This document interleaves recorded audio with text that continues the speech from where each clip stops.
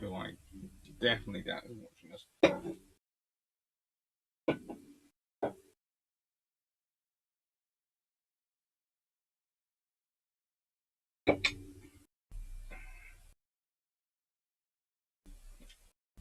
Right then, hello everyone. Let's see.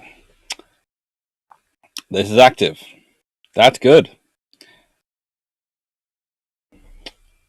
Now, what have I forgotten to do? What have I forgotten to do? Ah, yes. Starters, we're going to turn that to live chat. And secondly, going to do that. Oh, yeah. And I do have a very cool shirt on today. Oh, it's a very, very cool shirt. Available from the Imperial War Museum. Right then. That's at a funky angle, isn't it? Give me a second. Sorry about this, everyone. That should be slightly better. Yeah, that's at not such a funky angle. Right then, let's start off with hello, Carl von Gasberg. Hello, Old John Shea. Rick Varsa, DM Carpenter. Hello. Peter Dellison. Hello. Danner Garnhammer. Hello. Lots of praising of the Blackburn, and latter-day Star biplane going on. Hello, King's Rook.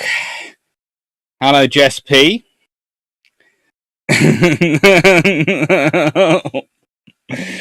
Oh, God, we've already got into the Catalina versus Blackburn debate. Hello, Cahedron. Hello, DGB40. And Stafford Thompson. Peter Dawson. Hello, Nautical Wolf. Hello. I hope you've managed to get through your stuff. I've had a bit of a strange day. And with that, I'm going to start off by saying the first thing I need to say is definitely not there in the chat, but if he does watch this, hello, Richard, and I'll be feeling better soon.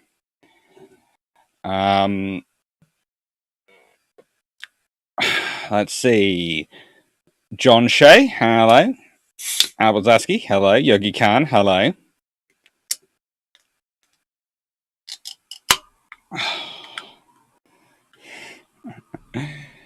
Good doctor better have the fluffy research assistant. Yes. Well, the fluffy research assistant might come and visit at some point. They never know. But actually, what I was doing was two things. One, I was on the phone to my girlfriend, because I'm pretty out of news today, and I was hunting this as well. 1922 Naval Architects one, and that's gone straight in the Battleships pile, because if you've looked in the description, you'll notice the description for today is not like the description for Bruships is normally. It's going to be a little different. Hello, Anonymous. Hello, let's see, set that on them. Hello. Ooh, there's a nice conversation going on here about the CF-105, which is a very cool aircraft. Very cool aircraft. Hello, Jeff Beeler. Anyone started a historical children's book series of starring the Blackburn observing major points in history yet? Not as far as I know.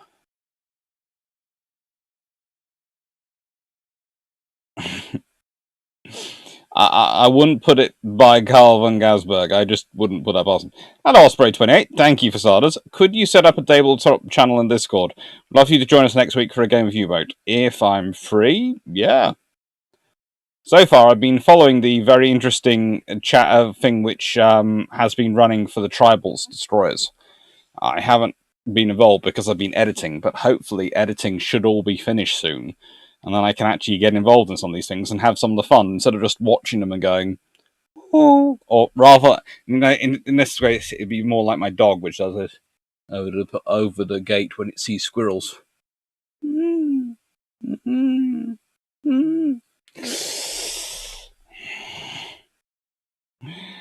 Jeffrey, I can't wait to consider a comment about the book. Let's see. Yes. Osprey 28, perhaps on the book. That's slightly worrying. Hello, Aviator Bryce. Yeah, all the words in Russian I know are swear words which you only say to someone if you're already pointing a gun at their head and after you've shot them in both kneecaps. Things you should really never say to anyone. Hello, Bushet Buddha. Hello, JSL. Hello.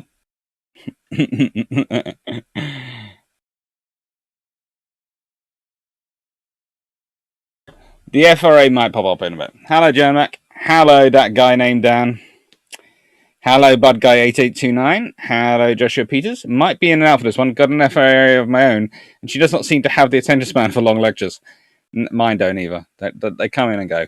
Although, when we're in the downstairs office, because that should be arriving this week, and hopefully the following week I'll complete a move in there, and I'm not sure how quickly I'm going to move in there. It depends on how quickly I can get the shelving up. I might go with temporary shelving and then slowly build up the shelving in there. We're still working it out. But, yeah, that'll be interesting. Hello, Luke Retty. Haven't seen you in a while, I think. Hello. And Brad Pittler, hello. And John Hargreaves, hello. And Constance, hello. Right, so.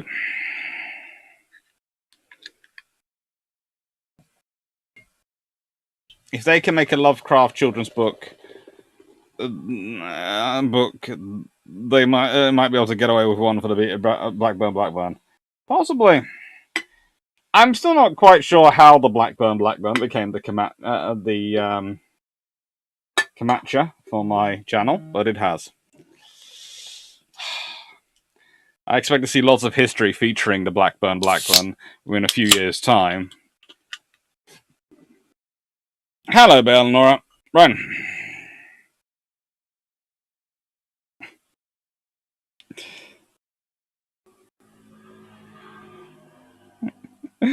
Oh, it's going to be a fun time. So,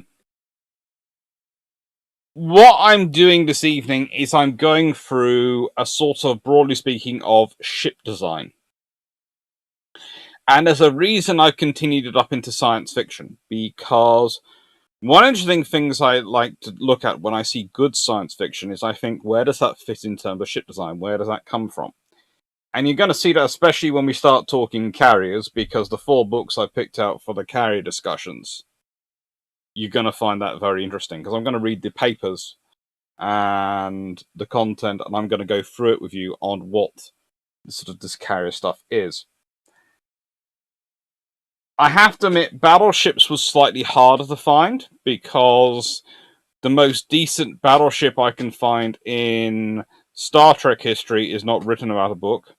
Unfortunately, I couldn't find my original copy of the original version of Star Trek Fleet Command, which I have a nice box of, which has everything in it, and the books in it, and all the other stuff is in it, and it's a really, really cool thing. I can't use it anymore, because none of the computers are compatible, even the ones which, when I put the thing on them to operate, Starfleet Command original doesn't seem to like to work. It's my permanent thing I'm hunting for. I've got a permanent search active on Steam to go, I would like Starfleet Command, the original. I would like a copy again, because, and there's a reason I'm bringing this up, because in the scale that is when you're doing something on television, and when you're doing something in cinema, you tend to make something your big, big thing when it's your star vessel. When in the reality, the Enterprise always seems to me a cruiser. It's doing a cruiser role. It's not a battleship. And actually, this caused a very interesting and quite long conversation between me and Drac, going through the various types of Enterprise and working out when Enterprise was a cruiser and when it was a battleship, and how this reflected on what Starfleet was at the time.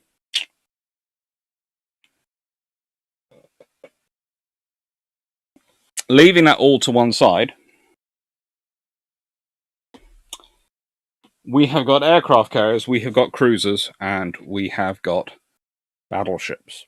Those are the three troops that are following through. So you're going to probably ask me, why not destroyers? Well, honestly, because I've spent the last week and a half editing non-stop a book on destroyers, and as much as I love them, I wanted a break.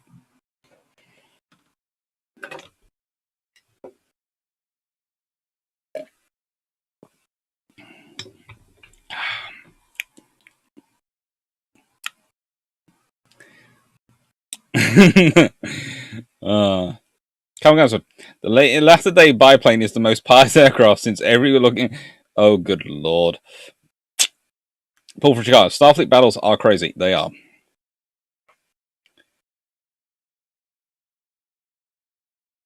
Kingsrook. The issue with Star Trek, of course, is that anything that didn't appear on the screen and the animated series isn't canon. That is the problem, and I think that's one of the interesting things, because in the Star Trek Fleet Command, they have a battleship, and the Enterprise is definitely a cruiser. Heavy cruiser, but a cruiser. And that makes sense, because you do not go doing exploration in your battleship. You just don't. I know that gets me into trouble sometimes when I talk about this, but you don't. You do not take a battleship off doing exploration. You know how I know this? Because the nation which had the most battleships in the history of this world at one time, it's called Britain. Look at what it deploys around the world. Are they battleships? No, they're cruisers. And here's the other thing. Pre these treaty things, London one. I have the Washington book staring at me from somewhere, but I cannot see it at the precise moment. But I'm sure it's staring at me. I was only looking at it about 20 minutes ago. So that's the problem, probably. London, Washington, treaties. They put in these artificial delineations. Prior to this, if you look at some of the period, some of the armor cruisers are bigger and longer than the battleships. There's a reason for this. They're the long-range patrol presence ships. They have to do that. The battleships are for fighting battles. So yes, a cruiser or a science vessel might well be bigger than a battleship. It also might make sense for an exploration agency, and fleet, which wants to project itself primarily as a peacekeeping asset and presence asset, to not have one of its battleships as its flagship, but to have one of its cruisers as a flagship. Why? Because, let's be honest, Starfleet would always want to try and pretend it didn't need battleships. It doesn't have the battleships. It would have them because it would have to have them in case of wars. And this was actually the big problem, I think, with the Dominion Wars, in that there were no Starfleet battleships appeared. When they showed all the fighting, they're going, you're producing these small, vicious combat ships, Defiant, this, that, the other. Sit there and go, but where are the battleships? Where are the battleships? You have them. I know you have them. But where are they?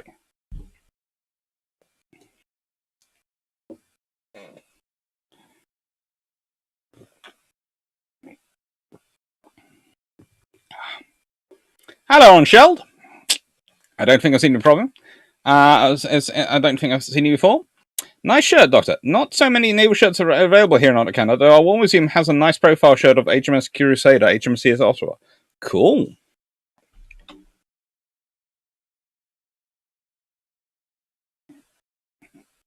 You could probably get a Bandonware Starfleet Command. So far, I have been mainly resulting to using the tabletop game when I have space for it, which I haven't had space for ages. So, Thompson, please tell us you and Drakenfell recorded that conversation. No, we didn't. We have lots of conversations. We don't record them all. There is another Bilge Pumps coming out next week. Anonymous, how old is Captain Kirk? 35, around 35. Would a 35-year-old have command of a battleship? No. That is a very practical point, but, you know. Sarah G. Reynolds, there are some good battleship-like ships in Star Wars stuff. That is where we're going with the battleships. It's basically aircraft carriers and battleships. You have to go into Star Wars and Battlestar Galactica. Cruisers, you go to Star Trek.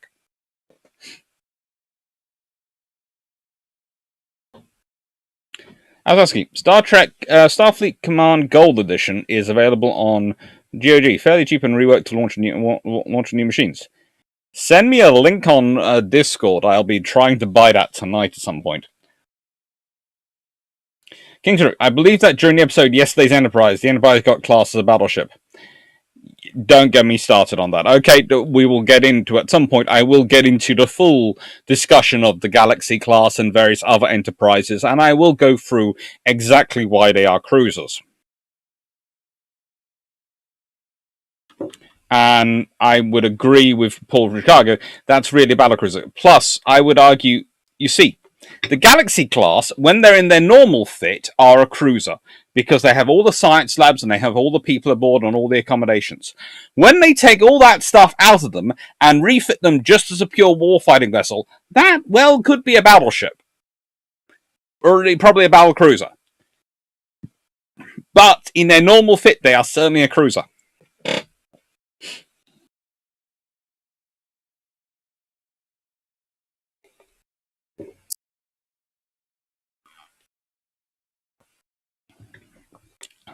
Broadly speaking, Drac agrees with me, but broadly speaking, we have nuances on it. It was a fun discussion.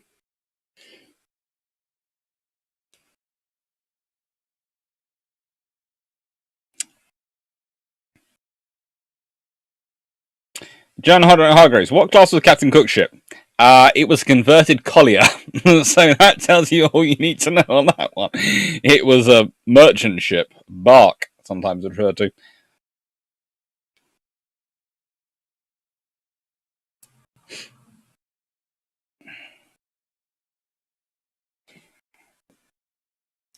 Callum Gasberg, you have just, I think you're just saying, point out what I was saying about them.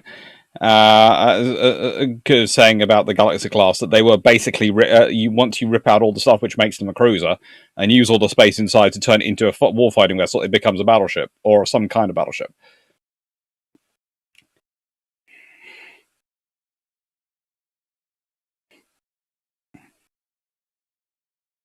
I was asking, considering how bulky Galaxy class is, I call this one a battleship. Other Enterprise, yep, closer to cruisers. Size doesn't matter for the cruiser battleship define, really. What matters is the role. Definition I have somewhere for a cruiser. He says he hopes he still has it somewhere on his book, because I couldn't find the particular book I was hunting for today to find it.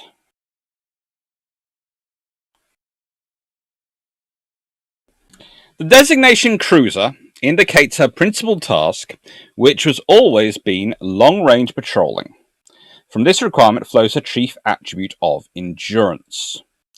So let me see if I can add source and add this picture in, because cruisers are what we're going to get to first. And if I manage to find the book which has it in, come on, open up, yeah, there I have that, and boom, hello. So here is the definition I use for a cruiser. And it's not a silly definition at all. It's quite a sensible definition for a cruiser. It's from Lord Hill Norton's book. It's written post-Second World War. And it makes sense for a modern cruiser styling to be based around this definition.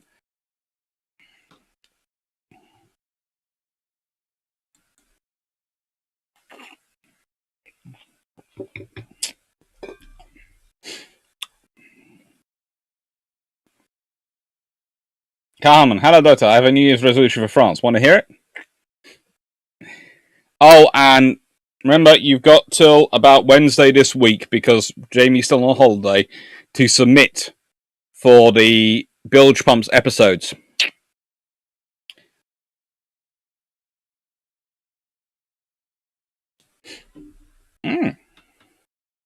So, let's go to book one for the cruisers, because we've got our definition up there.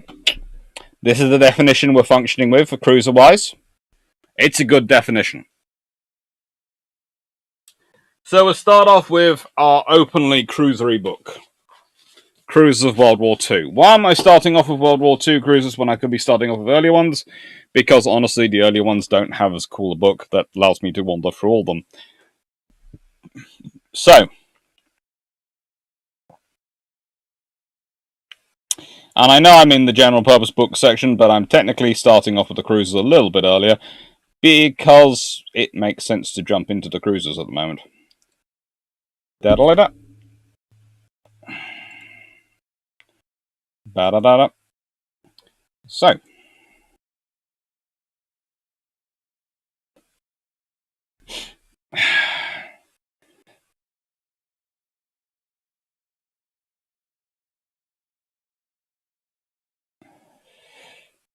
Daniel Phillips, NX-01 post-refitting show and Enterprise E are closer to battle cruisers, battleships of all enterprises for their time period.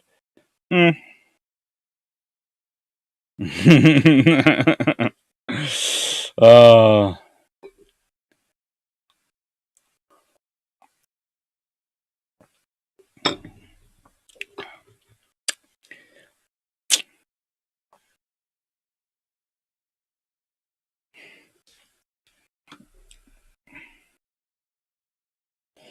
I have to say, the thing I found the biggest disappointment I found in the game was usually the photon torpedo.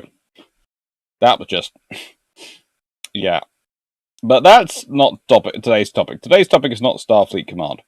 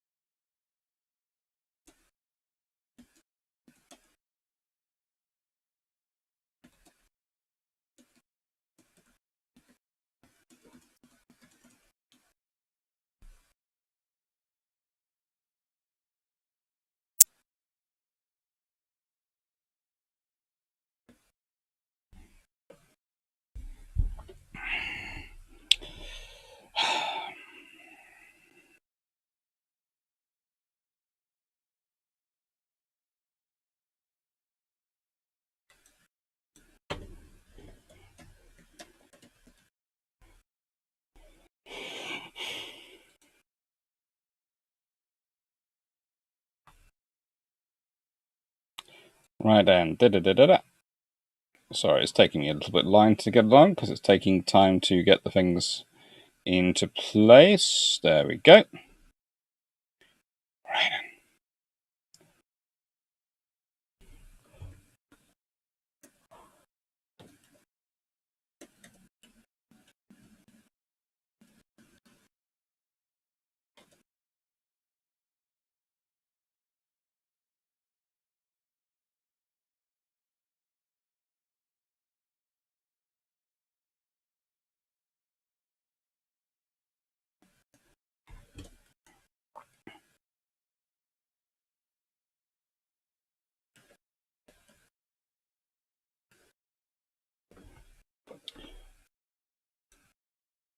Now,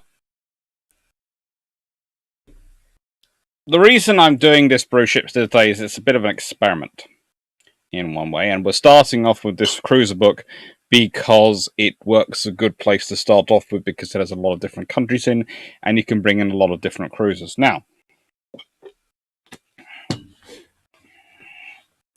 pound for pound,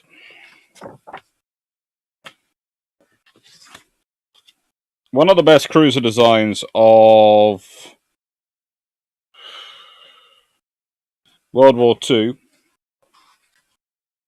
is probably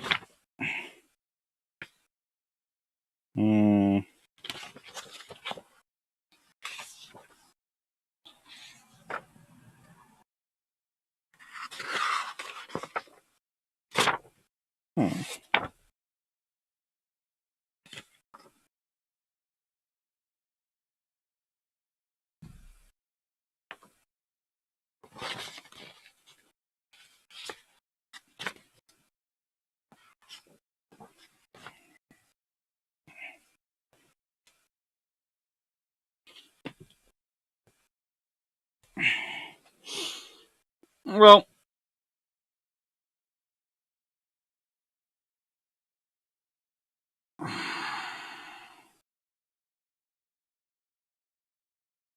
there are two options that you can talk about here. There is this class, World War II, because I would argue pound for pound the town class were pretty much at the top there.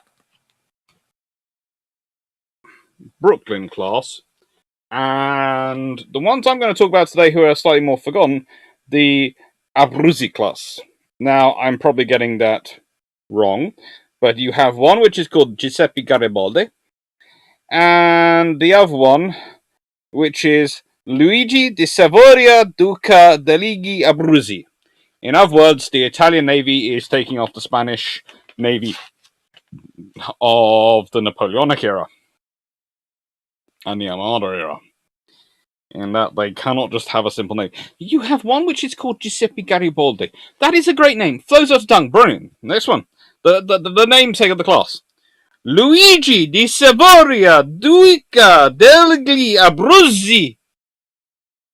Why? Couldn't you just been called Luigi Abruzzi? Surely people have known who that was under. Anyway. So, displacement, 9,440 tons. In standard, about 11,500 tons at fully loaded. 187 meters overall. And... Ooh. A beam of 18.9 meters and a draft of 6.1 meters. They had a fairly high speed, able to go 4,000, but it's a total top speed of 34 knots, but with a bunkerage of only 1,650 tons of oil, it's unsurprising their range was only 4,125 nautical miles at 12.7 knots. This is why one says that the lovely Italian Navy was built to operate in the Mediterranean. And you probably want a picture of them. So there we go.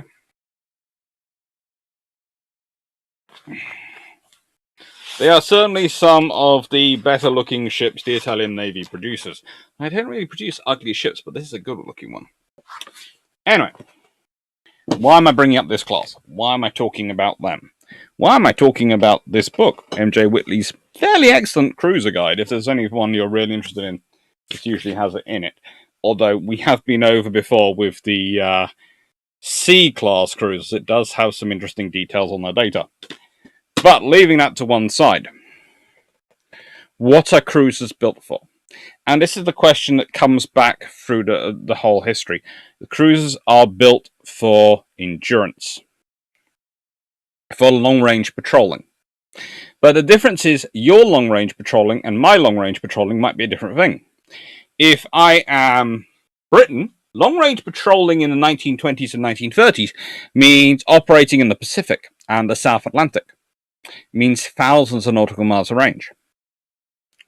If I am operating in the Mediterranean, because I'm the Italian Navy, then 4,000 nautical miles is a great long-range endurance for me.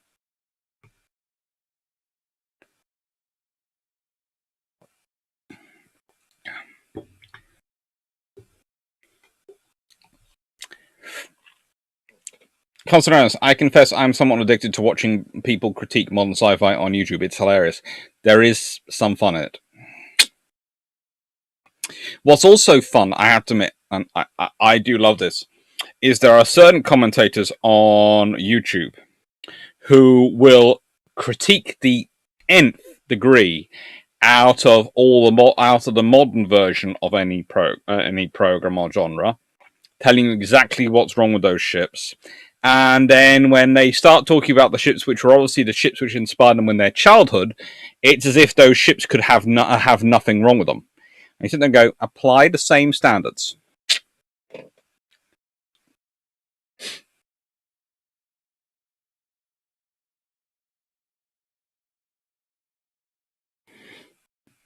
Yes. Yeah, sort of something like Halo 40K. Star Trek has one of the highest power levels of weaponry and a good power curve over time. A rarity to be sure. Yeah.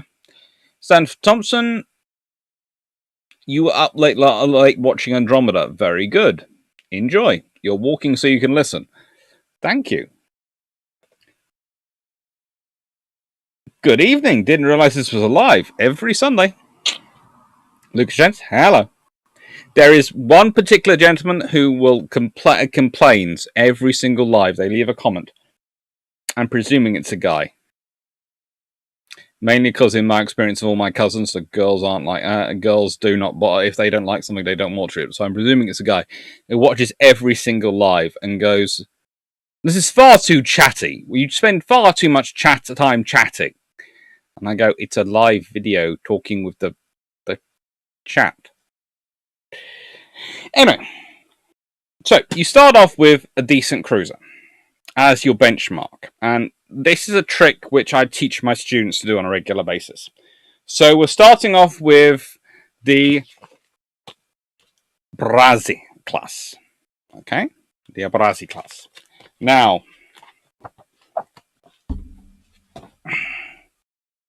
not the body. Bolzano.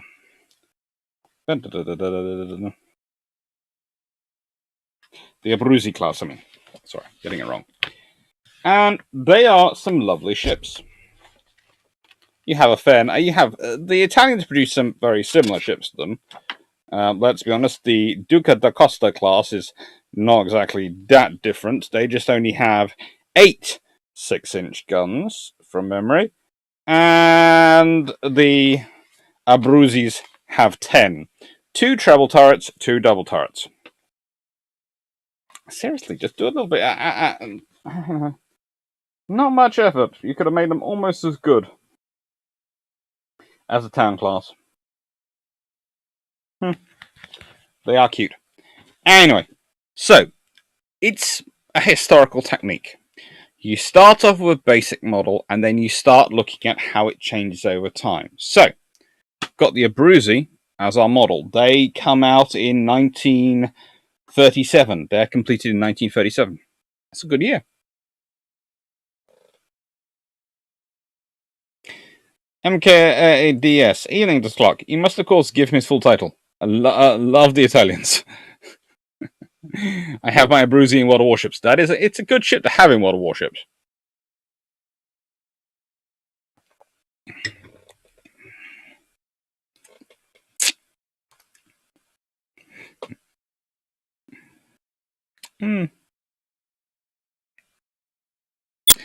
Steph Thompson, Eckhouse Ladder is a good ship. The channel for Sci-Fi ships, it is.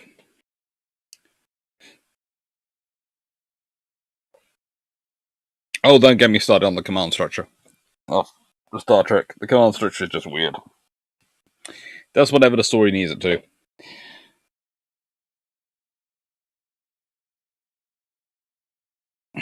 Jack. Were in French Italian class their cruisers designed as destroyer killers, Italian small cruisers, for example, while specialist thinking was more Atlantas and Didos? I would argue yes, the Atlantas and Didos, although they're primarily AA cruisers, but they do tend to serve as destroyer killers as well. So does the Aerofuser class.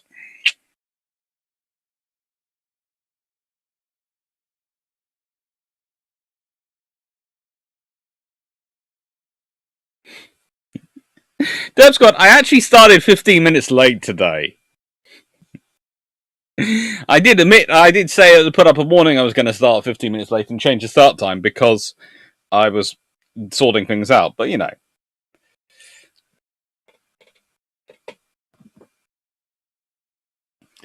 Don't tell me to play World of Warships. I got massacred last night.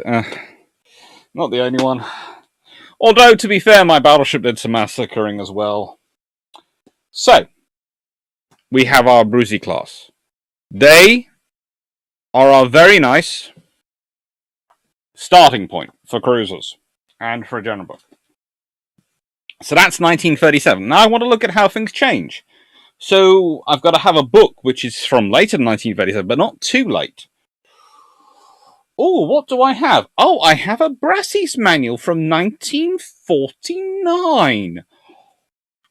Just sitting there. It's amazing. I like the thing being chatty, Dan. I said I just have one person who literally comments on every single live. Too chatty. I'm going, don't watch it then. Watch the long patrols then. Long patrols apparently aren't chatty enough as well, so it's sort of a case of have a happy new year. Right then.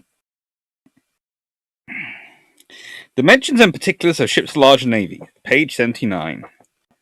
So let's go to 79. It changes slightly in each book, but it's quite cool. And let's have a look at cruisers. Now, reference section. I always love that the Brassey's has a reference section. So 37, it's Brassey's 1949 and 1949.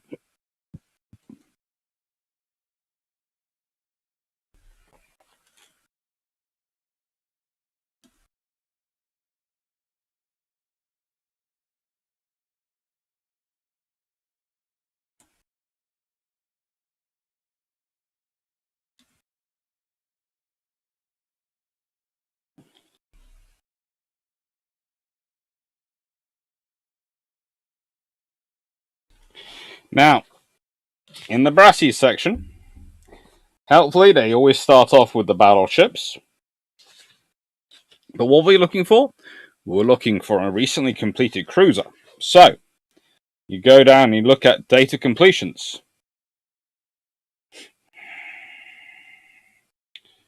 And you go carriers. Wow, the Royal Navy's completing a lot of carriers at this point. And into cruisers.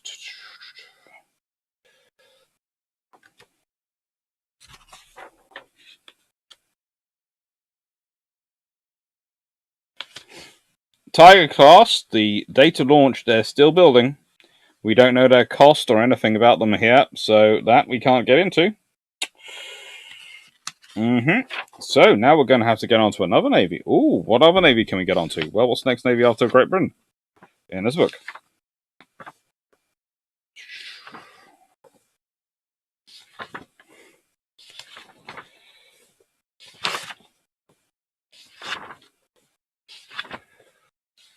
Wow, France has got a lot. So has Norway, but now we're into the United States. What have they got coming through? What have they got that we can compare this to? United States battleships, United States aircraft carriers, United States cruisers. Okay, we're looking for a light cruiser. So, 6-inch guns. Completed recently. Oh! Well, there's a Des Moines class, but that's 8-inch guns. That's completed quite recently. Oh, there's a Worcester class. Standard displacement. 14,700 tons. Wow. 670 feet long. 2 class members, Worcester and Roanoke. And 120,000 horsepower. Date of launch 1947. Date of completion 1948. Guns 12 6-inch and 24 3-inch. 32 knot top speed. So, we've now got our points of development, if we're talking about it, of the Abruzzi class.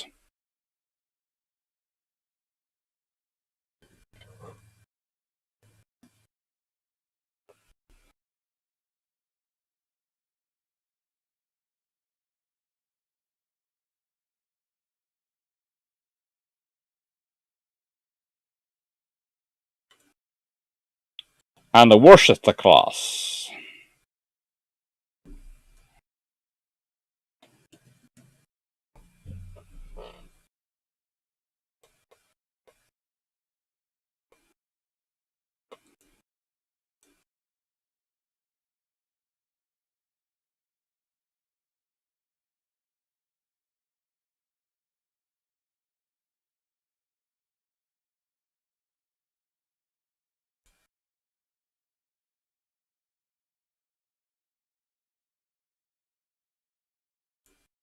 And if I now edit that source,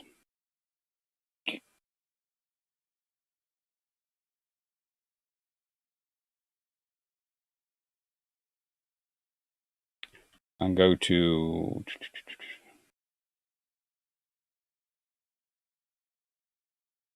the one at the top, is in a Brassey.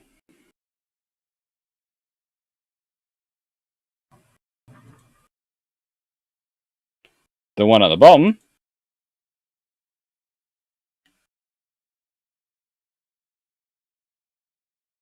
is a Venator Class. So, that's two of my points now. I'm looking at these cruisers, I'm comparing them, I can talk about their style, I can talk about their structure, and I've got two books which have information about them. I have a Brassey's and I have an M.J.Whitley's.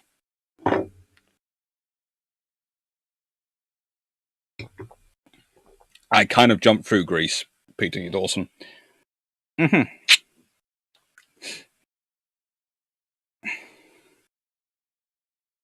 Luke Rickety, hi there. First one I've ever called in a while. Had someone get salty with me on Legend for doing that, mainly because it drew him into being annihilated by my team members. Hello,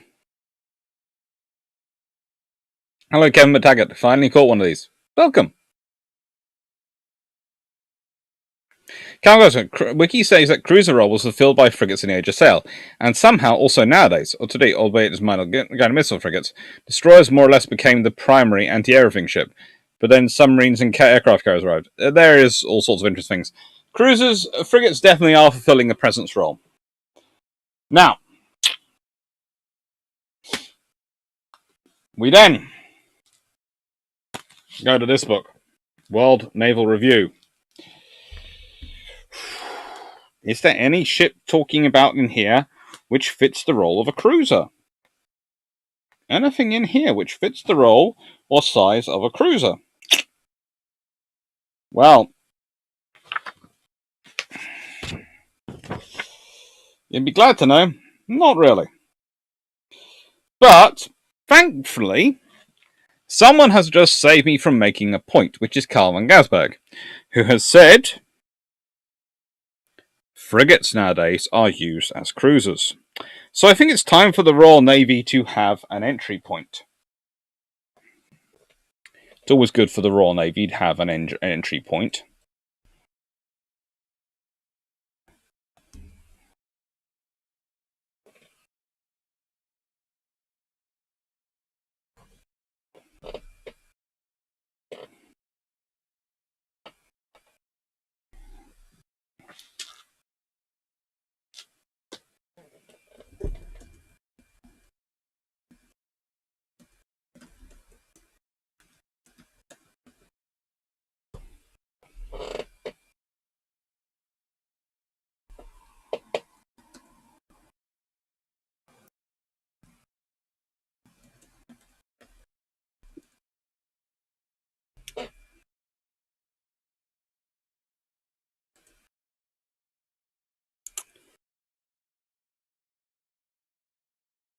And let's see if I can find a really good picture of it. Yes, I can.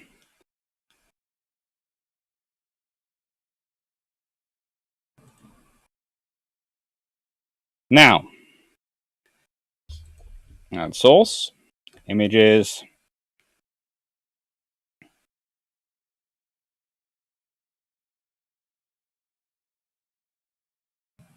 So, there's our current cruiser. Yes, that is HMS Montrose. Yes, I did pick the one that my dad not only built, but the one I crawled around and went all over as a young boy, and the one currently forward deployed in the Persian Gulf, forward based at Bahrain. Yeah, I know. It's a Type 23 frigate. So we have cruiser, light cruiser, doing the cruiser role. But this is the thing. We are now talking about these light cruisers. We're talking about the cruisers and talking about what they're doing. We've got pre-World War II, post-World War II, current design. We really should have something to look to the future, something to talk about the future for them. Now, what could we get to talk about the future in terms of a cruiser role?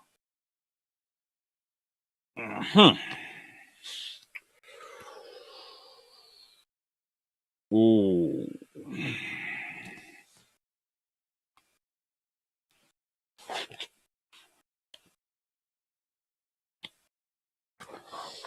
Let's see. Cruiser role. Cruiser. Let's see. They're deployable. They do presence missions. They have the ability to kick the butt of pretty much anything smaller than them.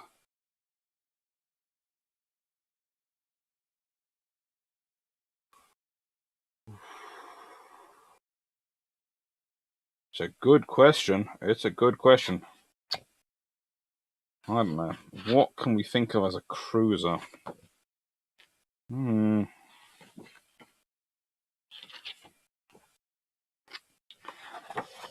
Let's see. Ooh, that would do.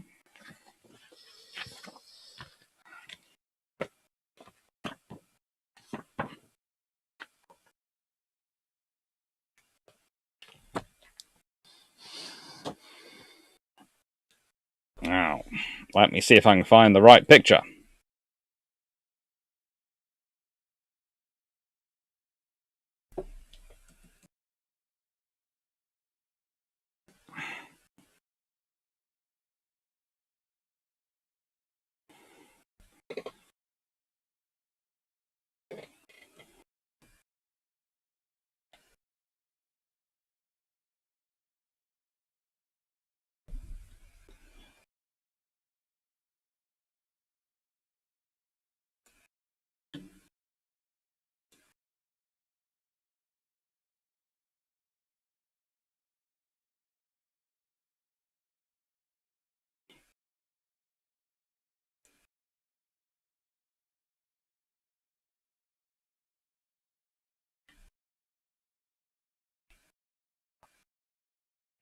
Now, this is going to take out even more of my body, probably.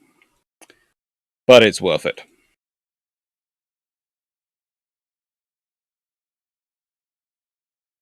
There we go. The Enterprise C. Otherwise known as the Ambassador Class. And for that, I have Star Trek Shipyards, Starfleet Ships 2294 to the future.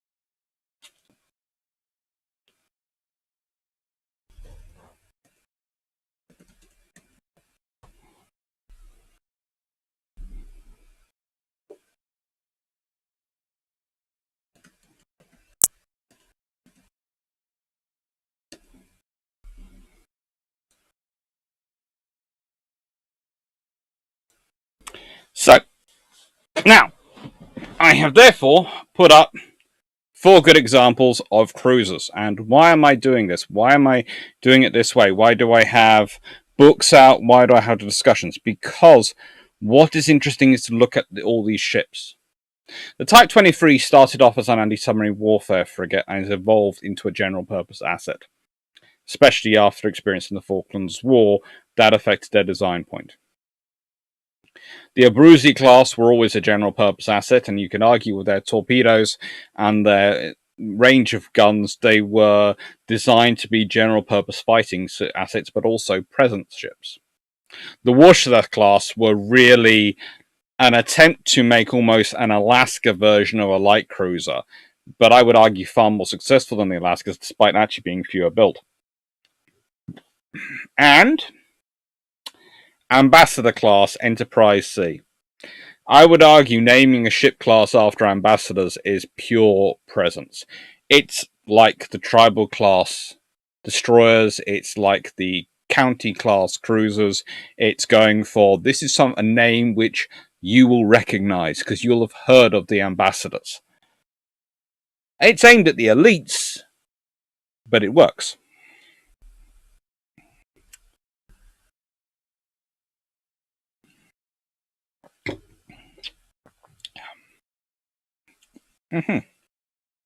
Right then. Let's see if I've missed any questions. It's good chat going on about corvettes, but we're not getting into corvettes. But it's a good chat.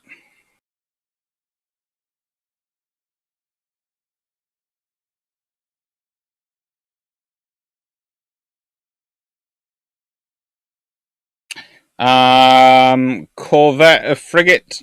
Corvette used to be larger than a frigate, but now a frigate is larger than a corvette, and destroyer is bigger than a frigate. Corvette bigger than a destroyer. Then a destroyer is bigger than a frigate. But you know, that's the fun times. These things change. Let's be honest. The Risicante is technically a corvette, and not many people would like to take it on.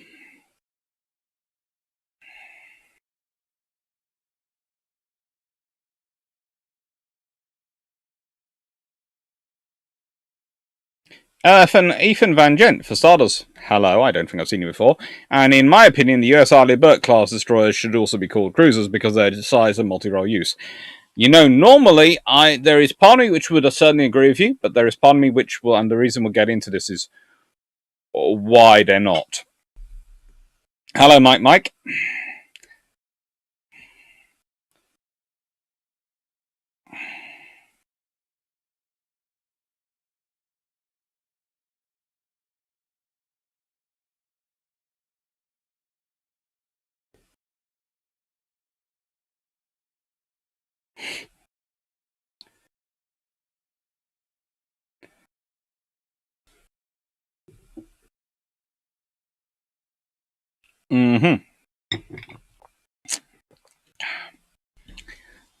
JSL, didn't Italy modernize the Oysters after what they did? So, let's, for starters, because otherwise I'm going to spend my whole time shrinking up here. I'm going to shrink these pictures down just a tad. Just so I can have a little bit more space.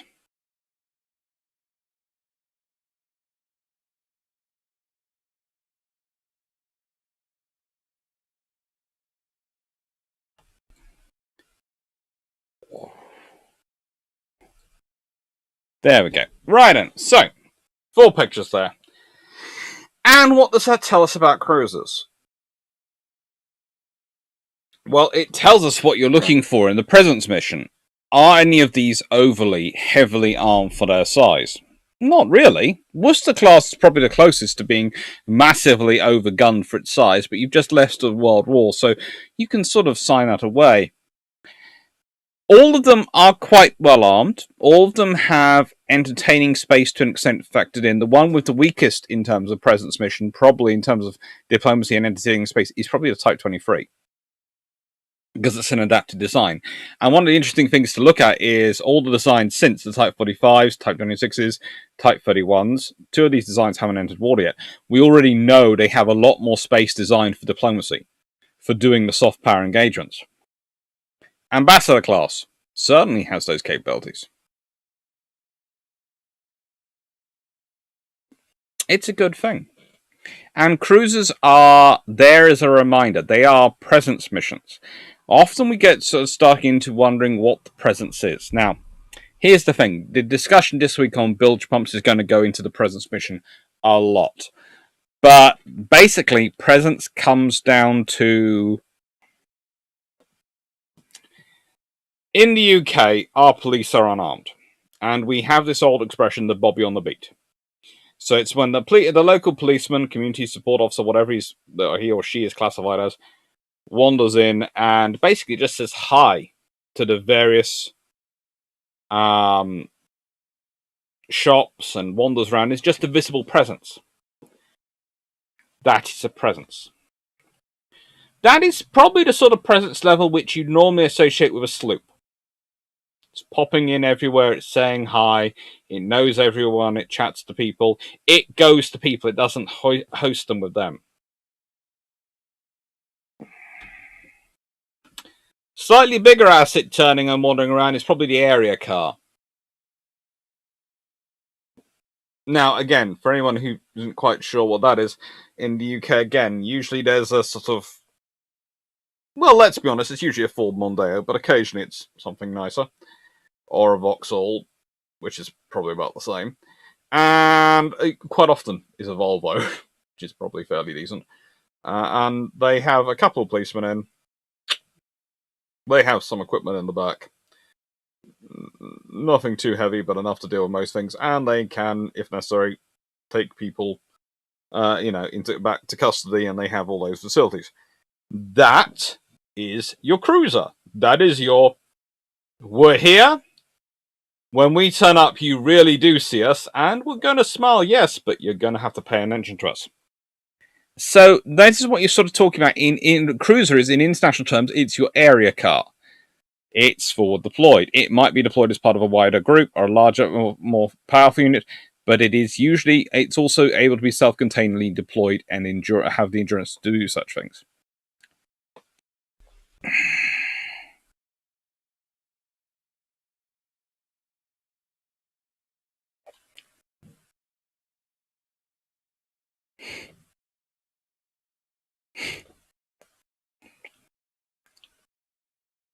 I was asking, in Age of Sail, frigates were long-range scouts, convoy escorts, commerce raiders, present ships.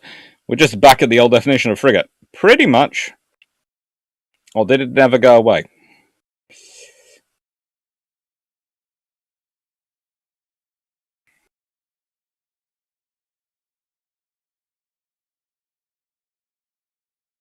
Did they have to come up with the name cruiser to cover the frigate role because the last frigates built were technically the Warrior and her sister, which were the ironclad frigates, and at that point the Royal Navy started realizing, hang on, we've got modern ships, we need to have a new name, and by a certain point, protected cruisers start to appear. Shoot me, if you call a warship an ambassador, you are making a statement. Statement might be diplomacy by far. It might be, but not usually. For example, Victor's deployment to US Atlantic coast in Indian Ocean. Take a look at sub-brief videos. We're not going to get into submarines being used for diplomacy. That's really not a good idea for anyone. Stephen Martin-Husen, hello! Hello, I don't have time to enjoy this right now, but just want to say great channel and love your input for Tracking the Fells videos. Your commentary on Narvik was hilarious. Thank you. I do try. Usually I'm teaching a group of about 250 18 to 19-year-olds in university, so I do tend to try and inject humour because I tend to get the 9 AM in the morning lectures.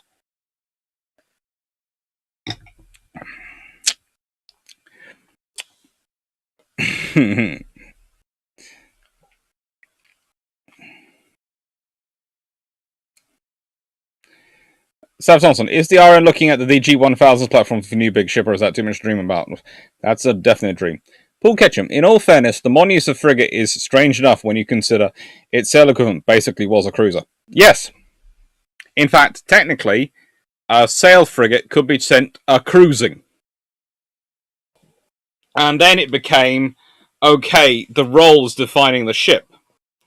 And you have the 1920s and 30s happen and all the naval treaties, and that's given us an abridged view of things, in that in our worldview, the cruiser is smaller than the battleship because of that near history.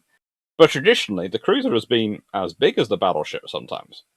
If you consider the reason the frigates were smaller than, Victory, wasn't usually their length. In fact, some of them were as long as the first rates and second rates and third rates.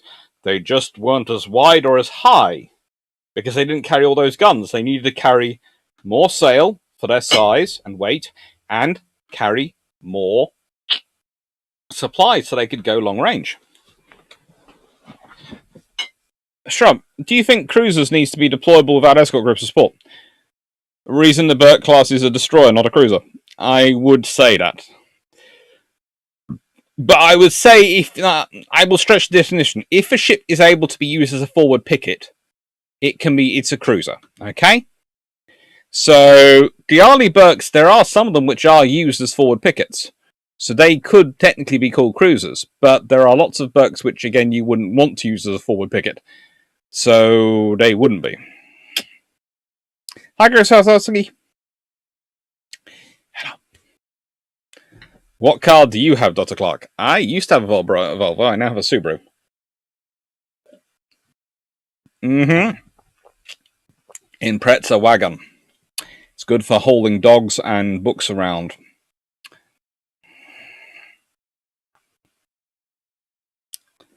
Luke Retty, would that be why cars are called police cruisers in the US? Exactly. Because they cruise around doing the role.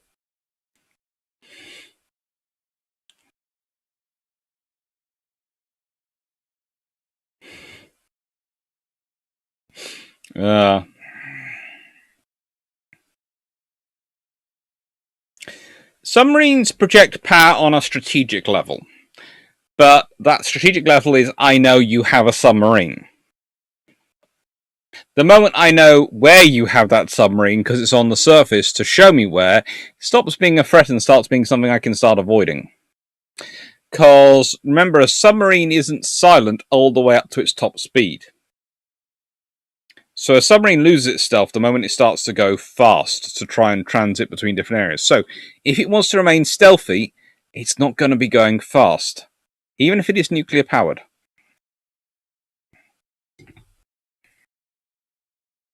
Peter Dawson, Mayor Sheffield and the Falcons was a raid packet, but I wouldn't call it a cruiser. No, I wouldn't call it a cruiser, but we'll leave that to one side. There are, just because it's used as a picket doesn't mean it necessarily should be used as a picket. So I mean something which has been designed and capable to be used as a picket that works as something as a picket.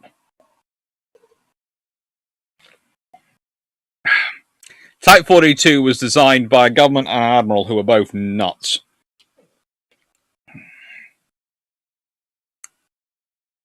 Not a wolf. Broadly speaking, you could break it down by flights.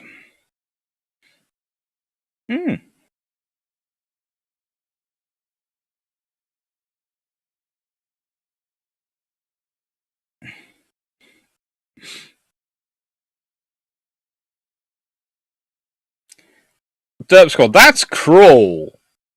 You're telling Greg Sarsky for being late he has to find something nice to say about the albacore? That is evil. Even I'm not that cruel to my students, and I make fun of them when their phone rings.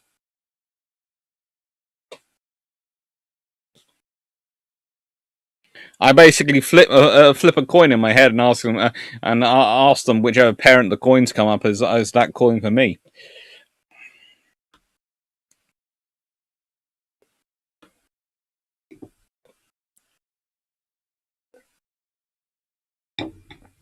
Big Brzezinski, Fasadas, hello. Shall we call submarines a quantum deterrent then? To an extent, you can call them that.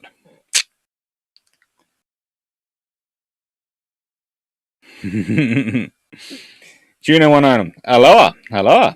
Confidential 1207, hello. So, I would like to add something else. This book is really, really cool. I've enjoyed it quite a lot, and it has this thing about the Ambassador Class starship.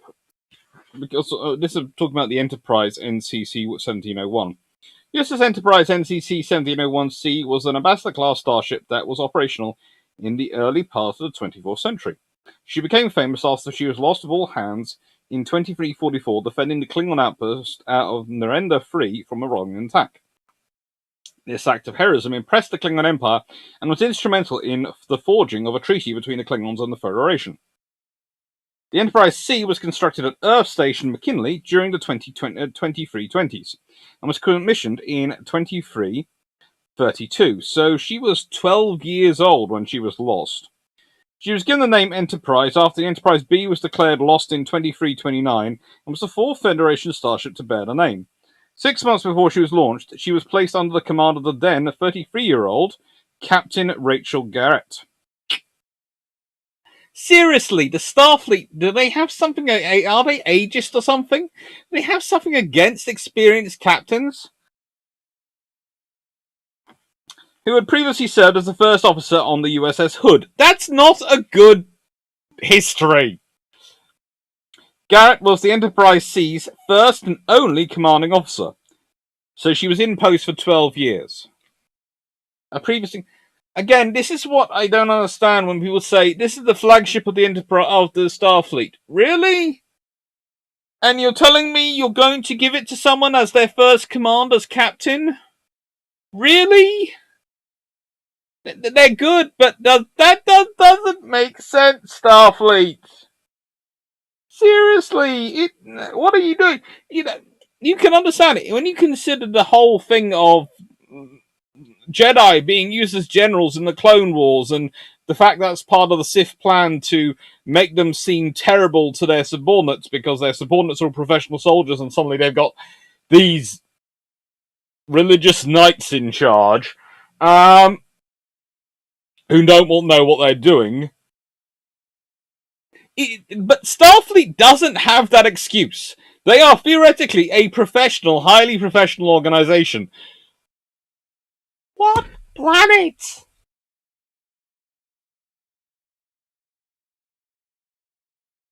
I was reading a great book the other night, rereading it, Raven's Peace. It's one of the Peacekeepers of Soul books, and it's a really good thing. But the person who's authored it has got this whole command structure written up of people, and they have experience.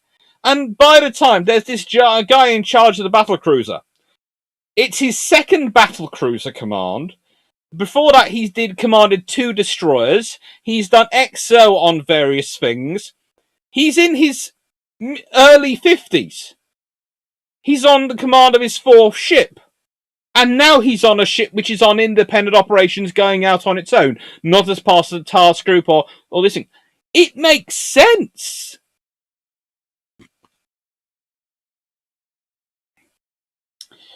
Enterprise C was the 3rd Ambassador-class ship built by Starfleet. Other ships in the class included the USS Adelphi, the USS Zhukov, USS Excalibur, I presume the USS Ambassador, if you're going to have the Ambassador class, measuring 526 meters from bow to stern. She was about twice the length of the Constitution-class Enterprise, NCC 1701.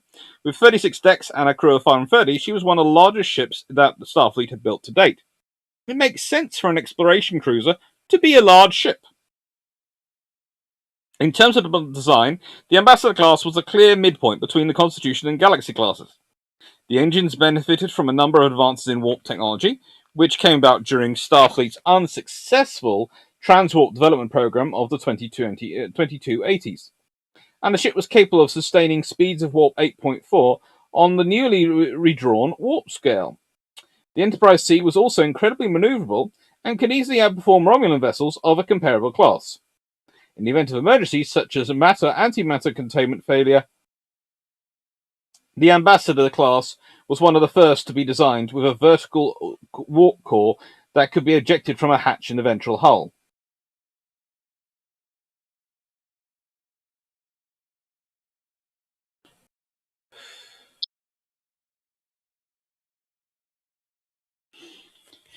Captain Rachel Garrett spent 12 years in command. This is the thing, they have these, in this book, it's one of the good things in it, they have these little things which explain their history.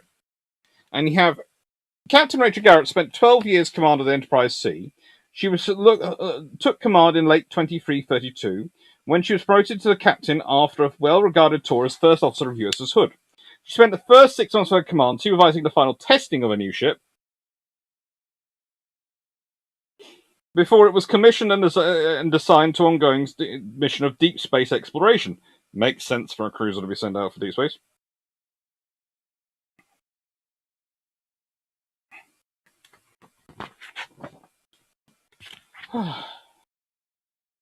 Just sit there and go, okay, the Starfleet doesn't make sense, but you can go through all of these designs and you can draw some similarities for a cruiser.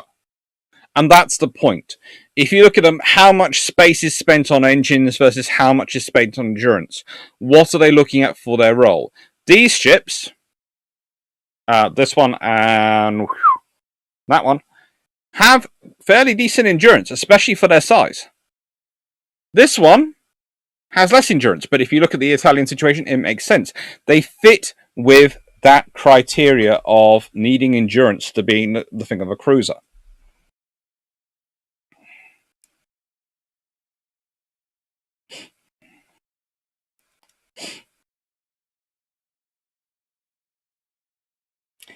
Anonymous. Historically, Alaska's were classified as cruisers, but very heavy ones. Yes, that's why I have a Worcester class here.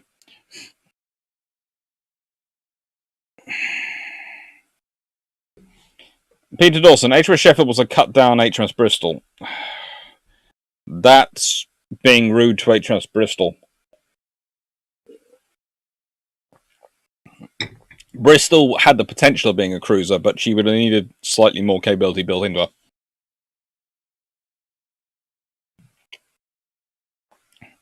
Anonymous. All the German U-boat commanders were under 40. Some were in their 20s.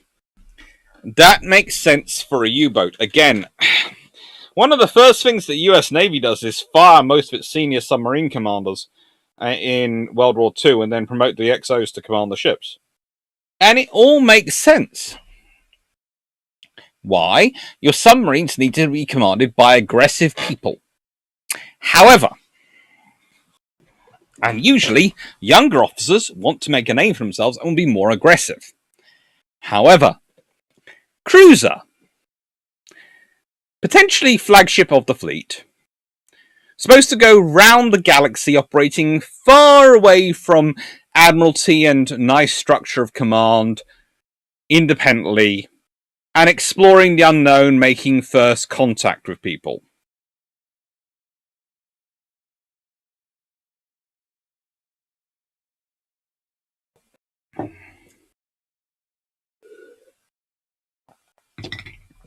Starfleet does have smaller vessels. I could understand a 33-year-old being given command of a destroyer or a frigate. But here's the thing. I think Janeway's older than that when she commands the Voyager.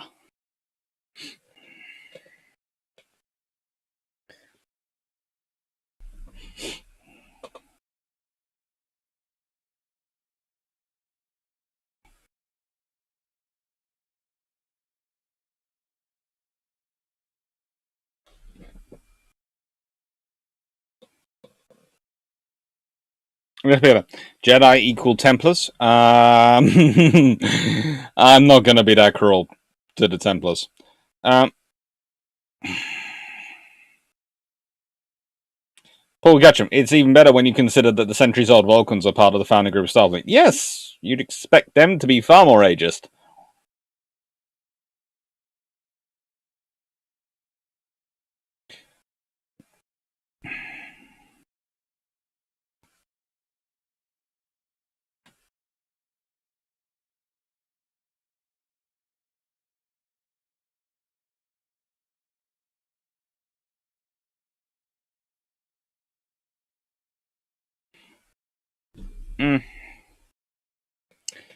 Rick Vasa, the age of Starfleet captains are not in Earth years, lol.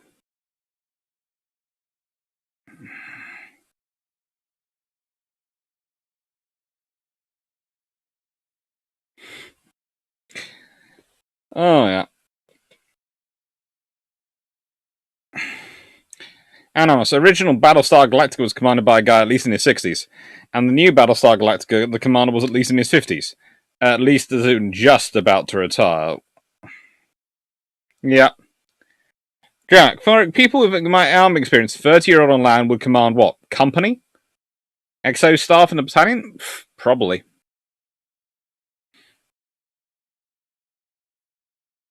'30 can be a major. There are 30-year-old captains and a few light colonels in their early 30s. It's rare, and it's rare they have a command posting on their first town. They tend to be specialists.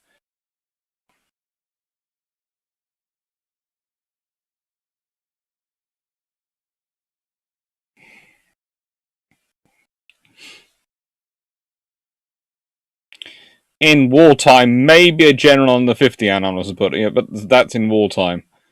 That's when there's a accelerate. And let's be honest, people who serve in a world war, there's their age in terms of their what do you call it? Their birth certificate, and there's their age in terms of their life experience.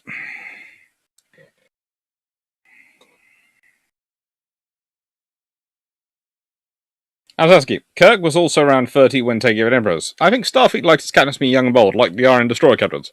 All the old-timers are admirals locked in star bases. Mm.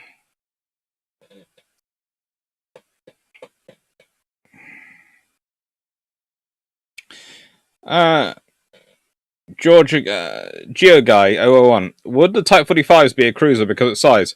Or is it not capable for anti-service submarine role, so not good for independent operation?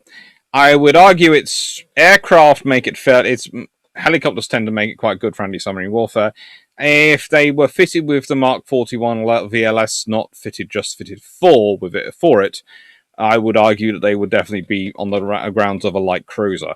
As it is, they're a destroyer. They're fitted for those capabilities, they're just not fitted with them.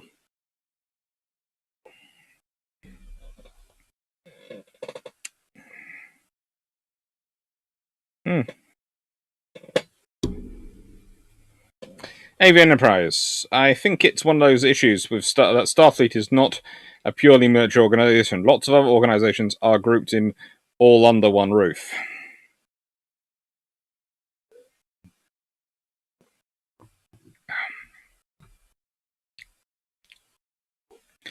James Carter. Well, when you consider Picard is in his 90s in the new series, which means he was 50 or 60 during TNG, which makes sense. Let's be honest, if you've got people routinely living to a couple of 100 years old, or living well into their hundreds, a Starfleet captain being 50 to 60 makes sense. I'm still not sure about the executive officer being sent on the away missions. The amount of times they said, we're sending all our senior staff on this away missions. Really?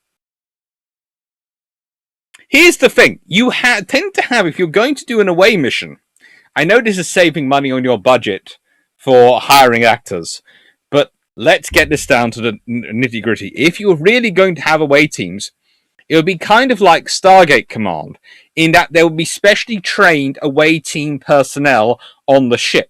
They would be part engineer, scientist, part marine, for want of a better phrase. They would go down. And guess what? Yes, they might go down with only a little phaser holstered, but there would be a couple of them packing the big phaser, just in case what they found down there didn't match the scans up. And here's the other thing they do. This is the important thing. Even though you'd have the scan for the air and all these things, you would probably all first deploy down in some kind of, how do I put this politely, protective suit, which would allow you to conduct far better scans before anyone takes their helmet off and breathes in the air.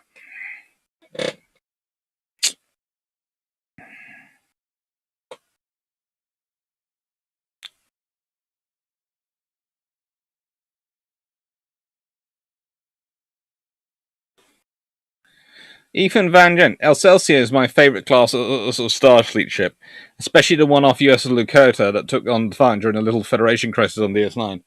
Let's see. I think I do have an Excelsior class in here somewhere.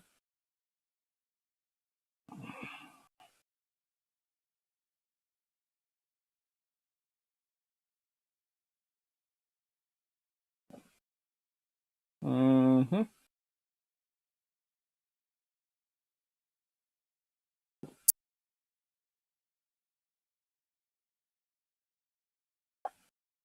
Nope. It doesn't have an Excelsior class in here. That's one missing. It does have the Federation tug in here, which is quite cool.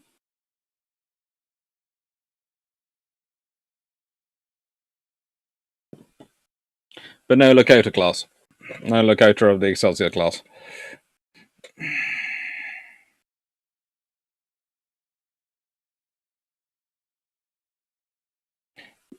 Geo Guy 001. Some of the Star Trek captains were older, like Decker or Tracer. That makes sense.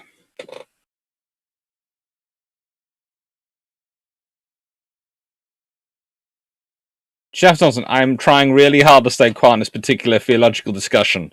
I believe you mean the Jedi. Discord, as I understand it, two destroyers were already west of HS Conqueror when Belgrade was hit. They continued west and only started dropping depth charges when one was tapped by a torp, then missed. Calvin Gasso, read Jedi. When magic works, especially with the future sense and mind reading control, there are people actively taught for it from like the age of 5.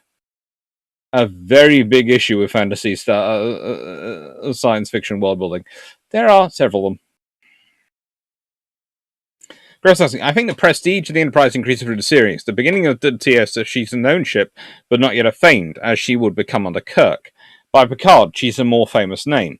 I'd agree, but that's the Enterprise C. So there's been A and B under Kirk already. That's C. Even then, are you saying that the ship needs to have a famous name to be able to get a captain who, I don't know, is old enough to shave? Or to drink their weight in iron brew?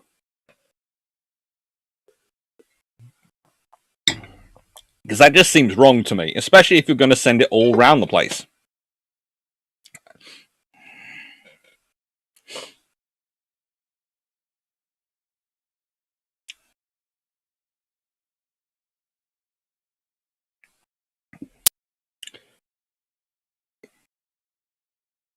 Ethan again, aka the Hazard teams from Star Trek Elite Force games. Yes, this is one of the things I found. Star Trek games actually tend to make sense. Starfleet Fleet Command. Star Trek Fleet Command had this great battleship in. I used to use it regularly to pummel people. And once I even managed to get in a whole squadron of 6 of them. And it was basically, we turned up and it was a case of, anyone wants to come play here? Oh, there are some Orions coming to play. Oh, cute. Orion heavy cruisers are coming and going. This was not on my dinner. I don't think this was in my plan today. I think I'm going to start retreating.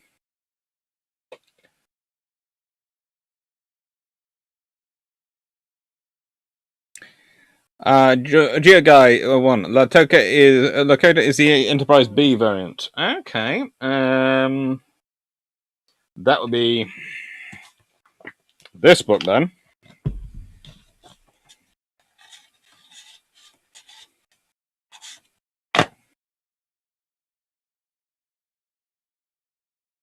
I have to admit, I do have a slight beef because that is the USS Clark. Now, if they're going to use such a cool name, if I'm going to be such a famous historian that by the time of Enterprise they are naming ships after me, it needs to be a cooler ship. Honestly, it does. Let me put that up there. It does need to be a cooler ship. This just doesn't look like a Clark to me.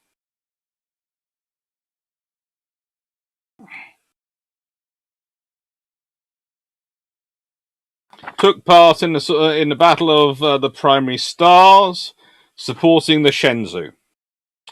Unfortunately, it was destroyed early in the battle. So, again, it really isn't a proper Clark. Just seriously. That's what they're going to name for me? Hope at least Drac gets a decent one.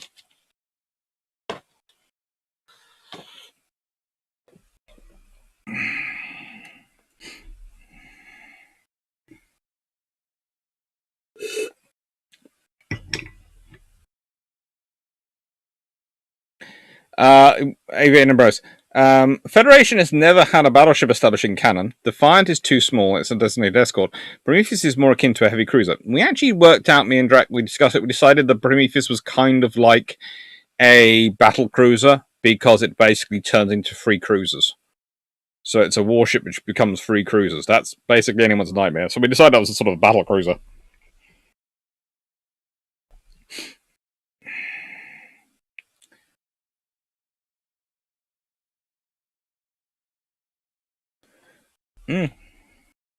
Protective suits in Star Trek. It's done off screen by beaming up a sample of the air and keeping it in the cache, not letting it materialize. I can understand all that, but I would still you would still wear the protective suit.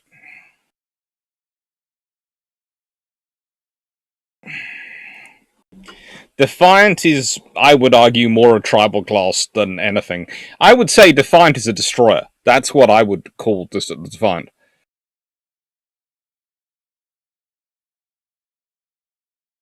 So a young Kirk as a captain of an on-the-edge exploratory cruiser makes sense, and senior Captain Picard in charge of the show-the-flag diplomatic mission Galactica also makes sense.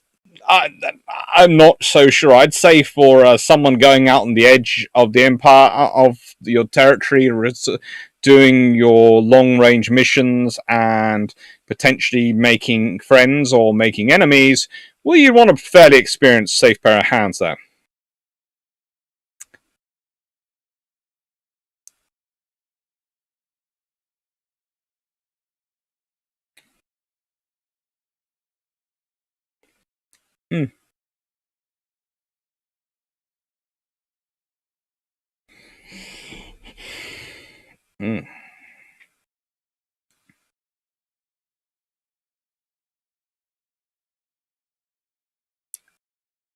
Dev Squad, I never knew you had found a land route across the continent of the United States. Also, you look damn good for being 250 years old. It's moisturizer. Always moisturize. They're talking Arthur C. Clarke, I think, but the point is still valid. Hey. You know,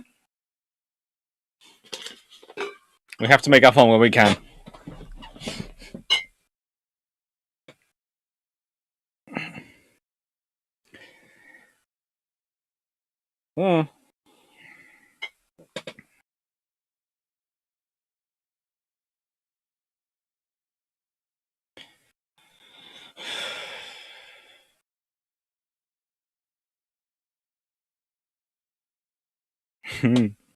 James Carter, Defiant is classified as a tactical escort, as is Sabre, Norway, and Steamrunner. There are so many ones which they do classify as that.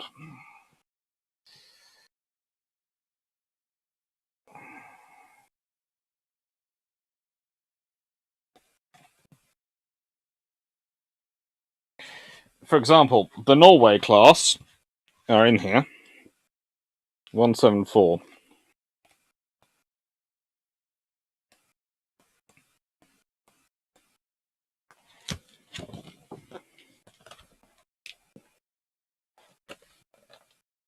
As you can see, it is a good book.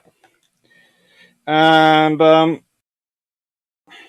defined as Norway class was a type of Starfleet ship that appeared to come to service during the 2370s. It was 364 meters long and featured a shovel-shaped primary hull, much like that found on the USS Voyager.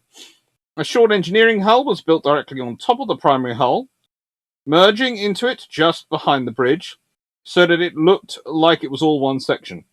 2 rectangular beams emerged from the rear of the engineering hull in a catamaran-style configuration, to which flat-mounted nacelle struts supported the short nacelles. The main bridge was located on deck 1, on top of the saucer section, provided control of all the ship's main systems from engines to weapons. It was partly concealed between the struts of the catamaran-style beams that led back to the nacelles. This meant that the bridge had enhanced protection from the sides and was not as exposed as it had been in earlier types of ships. Woohoo! Finally! Takes them several hundred years to realise that it's not sensible to keep having your things exposed.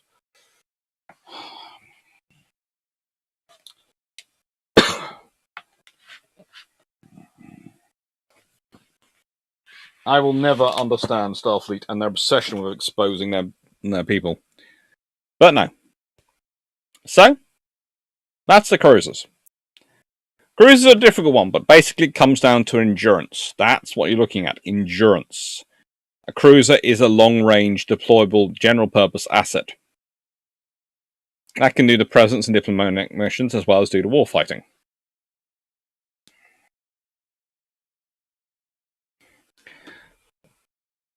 One does not simply moisturize with iron brew. One moisturizes with iron brew from the inside out. Dunrick Ironhammer.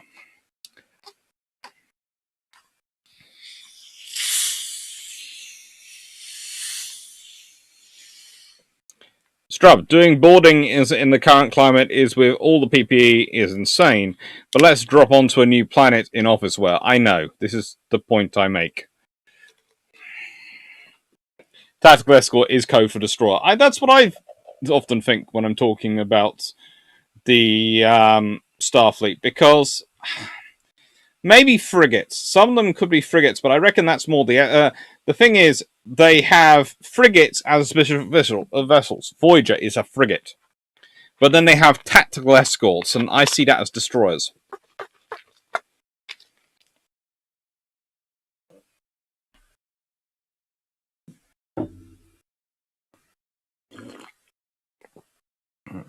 Alright, go on. Cool, they have a Norma class. How cool is that? Not only do they have a Norma class, it's the first class that actually protects their bridge crew. Woohoo!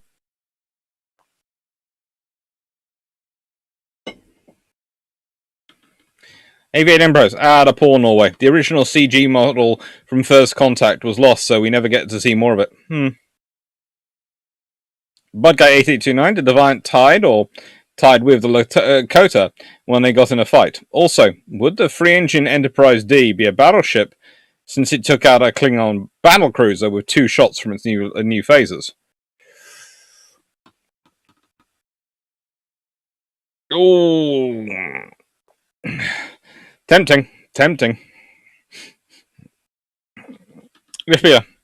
Defiant is the weapons and propulsion system of an Enterprise starship with just enough extra to support the crew. A real pocket battleship. I'm still going to go with a destroyer. Because it's got the cruiser version of the Galaxy's weapons. When the Galaxy's in full battleship mode.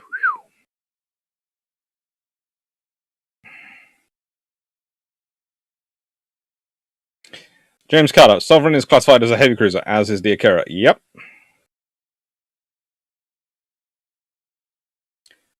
Take care of that guy named Dan. I'm still impressed you were able to watch 2 live streams simultaneously.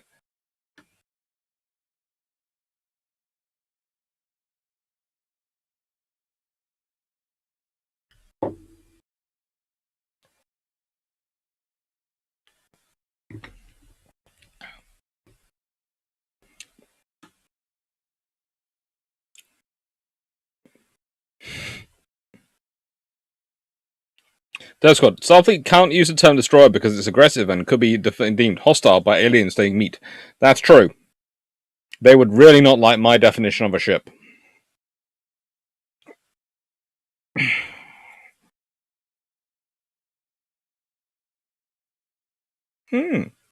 Geo Guy 001, Franz Joseph Dreadnought class design based on the Constitution class, also had a third nacelle. That would make sense, honestly, a battleship having a third nacelle, because you'd expect them to have. This is the thing with a battleship, you are looking for something which is designed to take a lot of impact. Anyway, I'm going to expand the pictures a bit, and I'll be back shortly. I'm just popping off to, you drink iron brew, then you need to do other things with the because of the iron brew. So, I'm going to give you this to cover me while I'm gone. Be back in a second. And we'll be talking about battleships.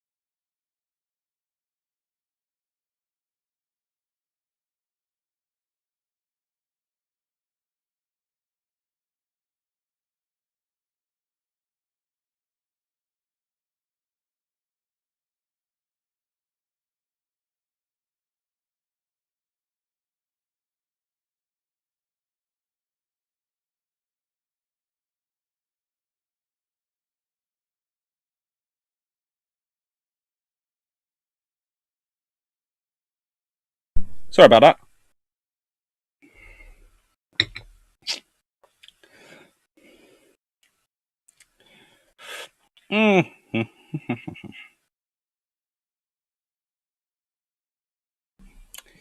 Constant. Anyone know what an instance paper is? Depends on the context. Andrew Sutcliffe, have you ever done a video or do you know anything about HMS Tartar? Yes, and I just spent today editing a chapter about her in the book that's being published later this year in March. If you're talking about the tribal class destroyer, HMS Tartar. GA Guy 001. What was the Triton class in Star Trek Space chronology? Triton was a warp type prototype. Where is it? Are we ignoring destroyers, frigates, corvettes, and fast attack crafts? Pretty much, but that's more because I spent the last week editing a book on destroyers, and frankly, I'm just focusing on the big ships because it's more fun today. For me. Bigger chance. Defined as a battleship for those areas difficult to maneuver, and a short-range escort in open and deserted space. Perfect defending a space station. It's... well, I would call it a destroyer. That's what it is, basically. I wouldn't call it a sort of coastal battleship or anything like that, because it's able for long-range operations, although not exactly the most comfortable thing for it.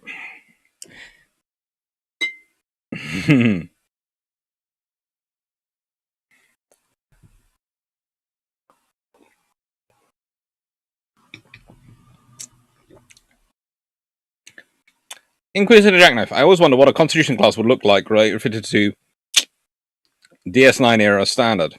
Would it still have the motion picture look, or get a complete resculpt?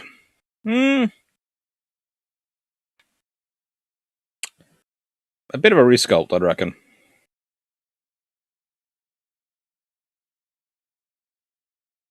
The root of the issue is the writers have no military geopolitical experience. They wrote stories, sometimes well, and the rest was window dressing. We go, what? They shrug and go on. That's especially a trouble with some of the more recent Star Trek stuff and sci-fi stuff. This is why I really do like looking at the imagery, but I still not watched The Expanse because I'm worried that the hope I have in my heart will be destroyed by the actual experience of watching it. But we'll leave it at that. Related Constant Transness. Instant papers related to Court of Admiralty. You'll be looking for National Archives documents, which has quite a large chunk of them.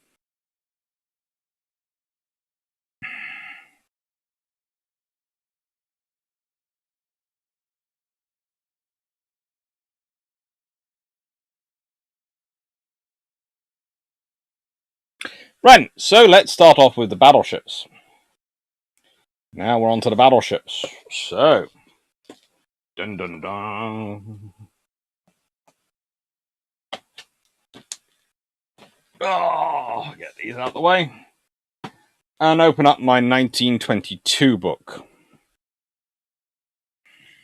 If you're going to be talking about battleships, there is only one book, really, one should be looking at in the Institution of Naval Architects papers, which is 1922.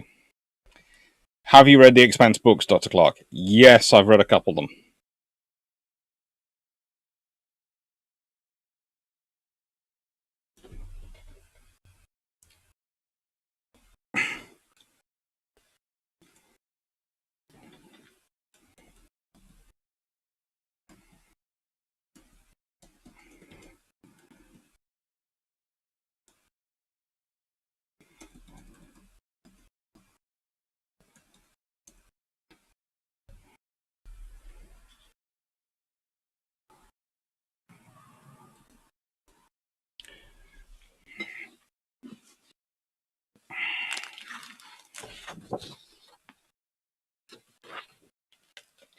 So, why have I got this paper out here? Why have I got this book out? Why am I talking about this one?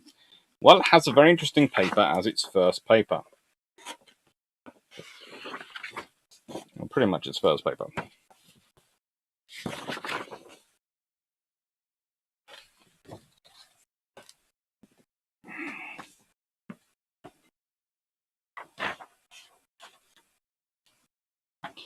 Always love a series of books, which mean you have to have another book to actually find anything in the book.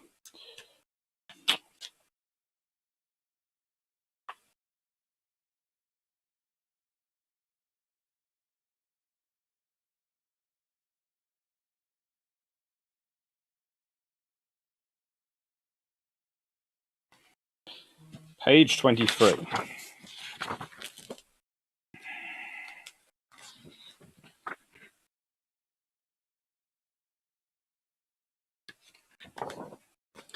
Three steps in naval construction. King Edward VII, Lord Nelson, and Dreadnought. Now, as we all know, these books do love their foldouts, and I wouldn't want to disappoint you today by not getting and not showing you their foldouts. So I'm going to go straight to those while I remember them.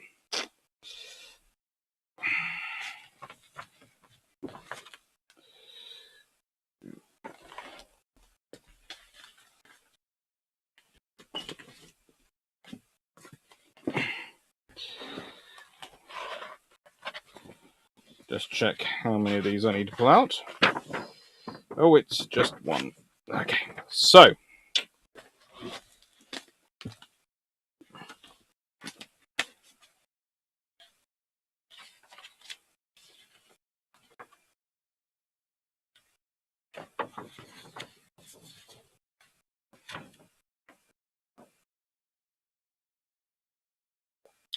King George VII,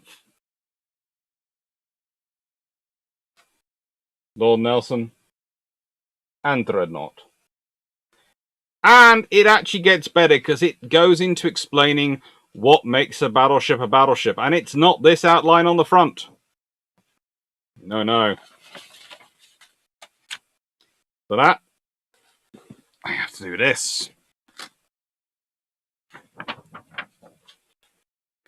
Yep. Hold the book steadily. As you can see, and I will post pictures on the YouTube community section in a bit of these. It's the hull design. What makes a battleship is not necessarily its firepower or its size. It's its survivability. It's its strength. Its ability to take a hit and keep on hitting. A battleship is designed to fight the battles where you cannot dodge the enemy, where you have to fight a battle. Remember, a cruiser where it wages the guerre de course. It wages the war of the commerce and the war of the movement and the chase. The battleship wages the war of the battle, of the slugging match. Of the do or die, you fight till you cannot move any longer. And that means you have to be armored so you can take more of a hitting than the other person can, because you're going to have to.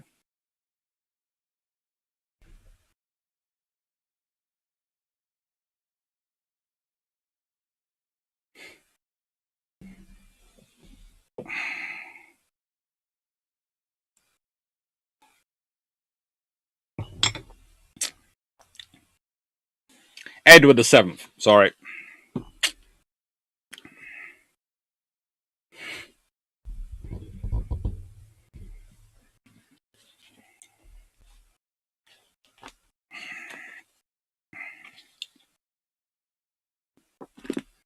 I was so worried about not breaking the foldouts that I got the names mixed up.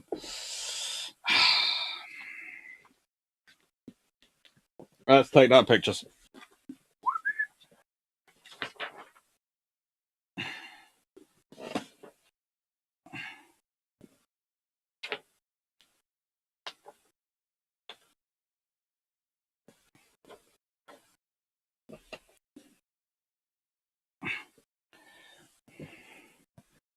Where is my phone?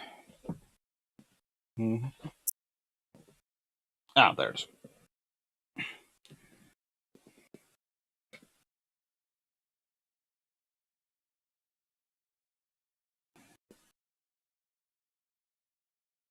is. Vision, hello. Stop having fun live videos when I'm at work.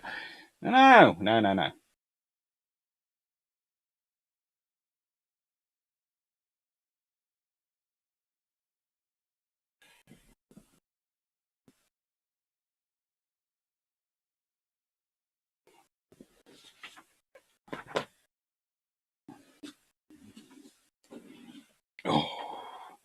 Oh, this is going to make a few of you cry with gorgeousness.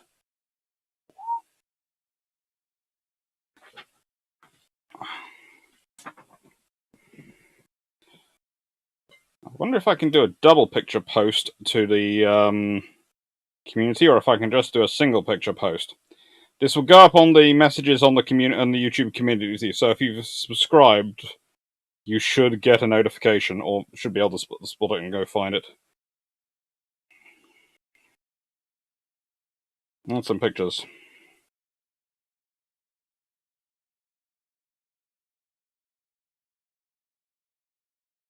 Let's first make sure they're right way around.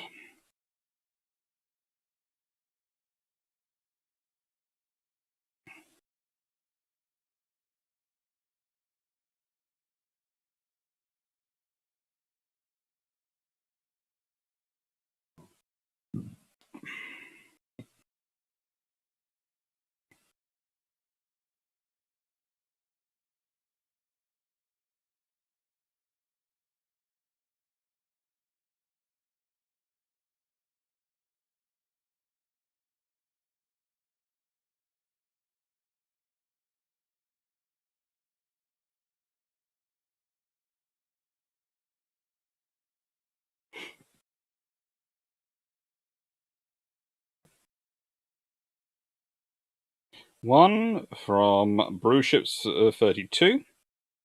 Yep.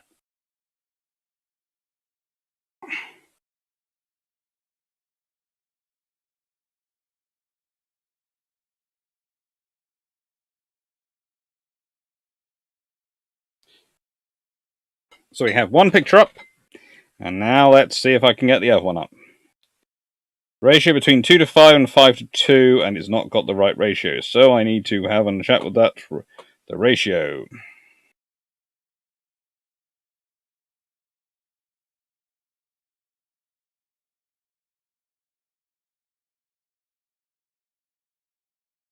Mm-hmm.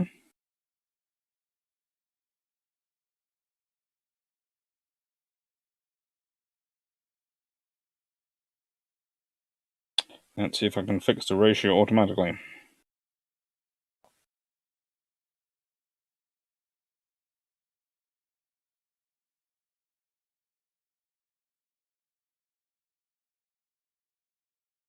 No, it doesn't like the ratio, so I'm going to have to do that picture again. Okay, that's fine. Let's see if we can't fix it this way.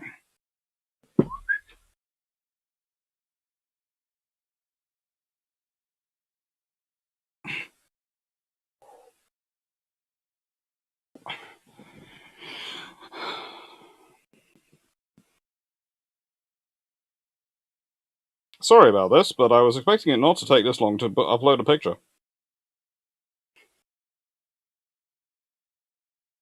But battleships are all about their structure. They are all about how you build them.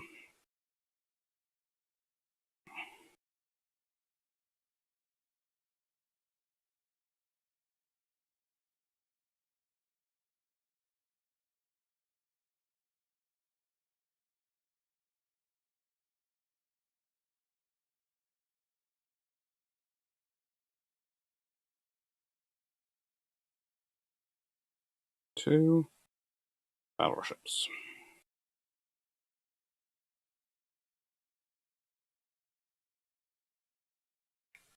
And I didn't think anywhere else would I get such a lineup.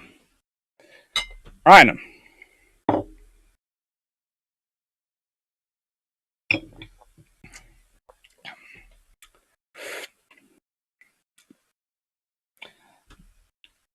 Calvin Gasman, in the WEG Star Wars RPG Imperial Sourcebook, there is a double page for size comparison of cavalry ships, and then the shadow of the executor behind text for 6 or so pages.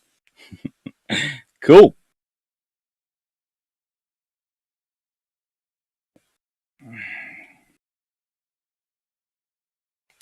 Consequence, need we be to engineers to understand this books? Well, let's put it this way. I have a feeling the moment I have my office set up in the garden, I will find Drac trying to get into it after these books, because they'll technically not be in the house then. And if you need to be an engineer to have a look at them, but you know, they are quite good. So here's the thing. In the papers contributed by Sir Philip Watts to the Institution in 1911 and 1919, some particulars have been given of the vessels mentioned above. Those vessels showed that no less than 29 battleships of the Majestic type were built for the British Navy, and the type had been very largely copied abroad. It is the purpose of the present paper to trace in some detail the following notable steps in British naval construction. Majestic to King Edward VII, King Edward VII to Lord Nelson to Dreadnought. These three steps were of increasing importance, and although of moderate magnitude, compared with the great strides in warship construction which occurred at later dates, they provided experience which made the later advances possible. Consideration of these steps in naval construction will include some points of interest.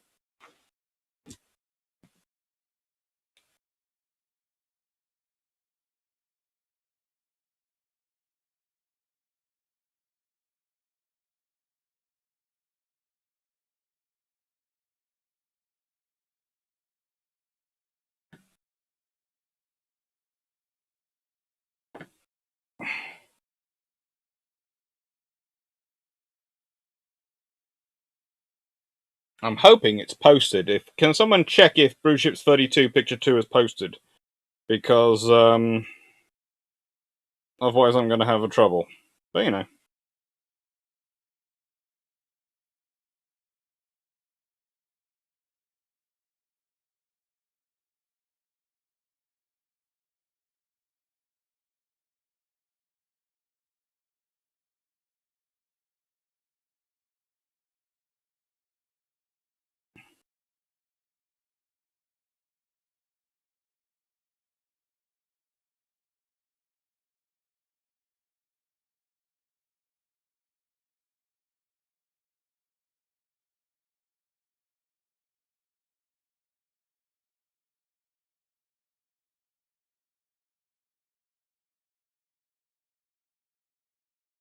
Done.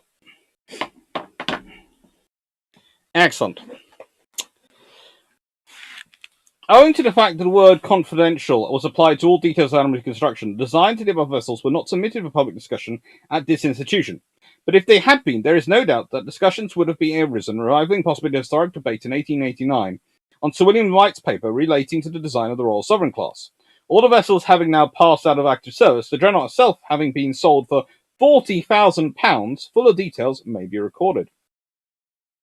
It is perhaps as well to state that, although not discussed in public, the various requirements of designs of the ships as to guns, armour, speed act were very hotly debated in official circles. Every proposal received the most careful consideration of the Admiralty Board, and full discussion of various proposals and criticisms took place before orders were given for the respective ships to be built.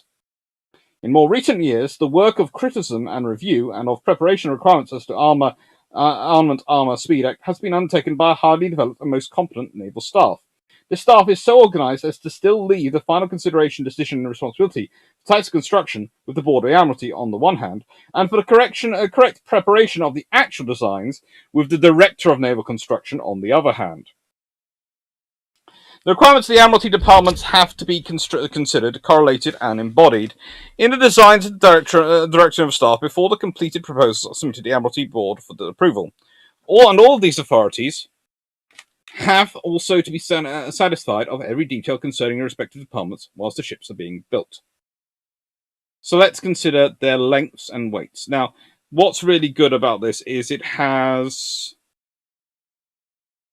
all the details in two tables of not just of the particulars of the ships, but the lists of weights for the ships of these being discussed. So it's got the Majestic, the Formidable, the King Edward VII, the Lord Nelson, the Dreadnought, and it's got all the requirements of water for 10 days, provisions for 4 weeks, officers' stores, all those things included in it. It's really quite cool. Hello, Juno 111.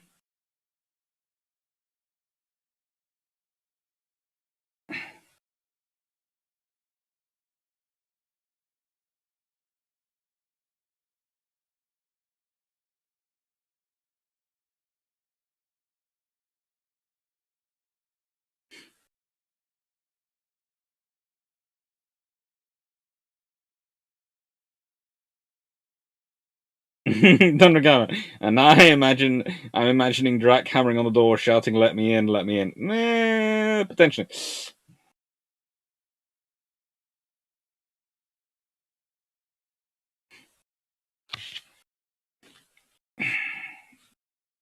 So, and it's got all the particulars. It's also got full details of foreign battleships in here as well, comparing, contrasting, and all that they're for.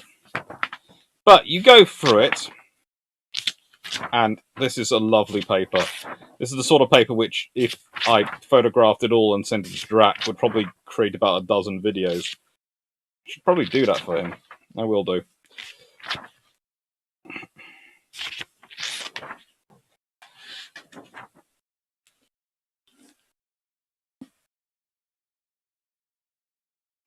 Now,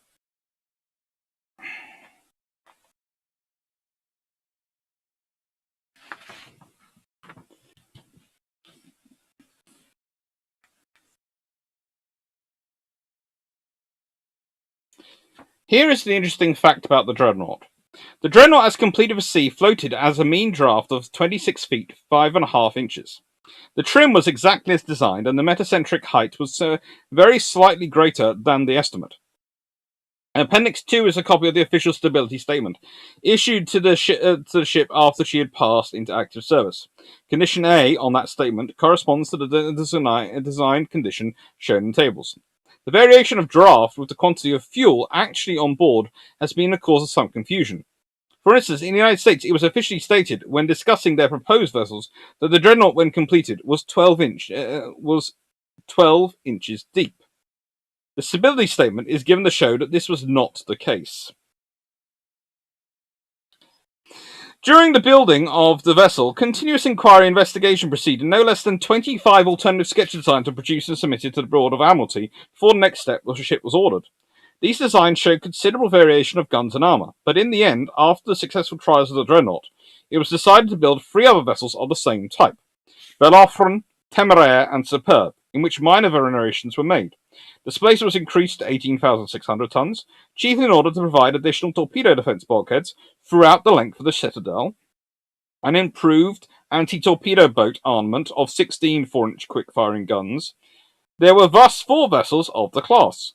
The torpedo defense bulkheads were constructed of 3% nickel steel, a magnificent material having a high yield point, and rivets of the same material gave very fine connections. Although Lord Brassey advocated the building of small battleships, he was fully convinced of the merits of Dreadnought, and speaking on December 22nd, 1908, stated the general view of the results reached as follows: Our Dreadnoughts have more than fulfilled the highest demands or expectation formed of their fighting efficiency. They steam 21.5 knots. In armour and armament, they are second to none. Costs of construction for the Dreadnought class are less in England than elsewhere. While other countries quickly followed the Dreadnought type, it is remarkable that France, after full consideration, decided it would be better to repeat the Lord Nelson type, and accordingly built the Voltaire class, as shown on Table 3.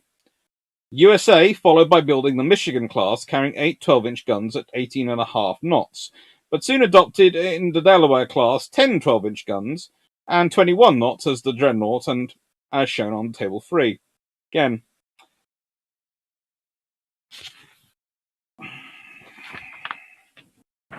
and there is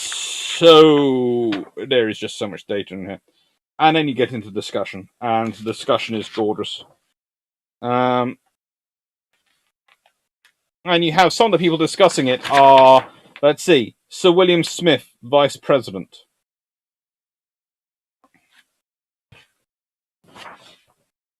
Sir Westcott Abel.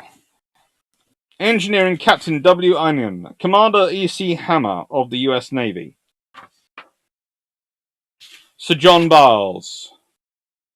Mr. J.H. Naboth. The President. And a rich contribution to the discussion from Sir Eustace T. Dennicott. Sir Philip Watts, another Deskrantz. Harmon, it's just Naboth.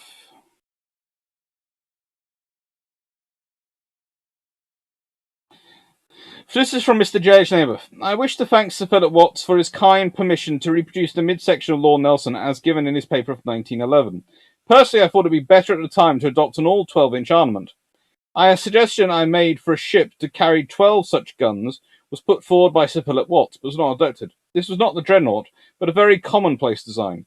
I do not know whether it was passed on to the Germans as the base of the Dreadnought design, as the features are practically those of the battleship Nassau, but with the 12-inch guns instead of the 12-inch guns instead of the 11-inch guns in that ship.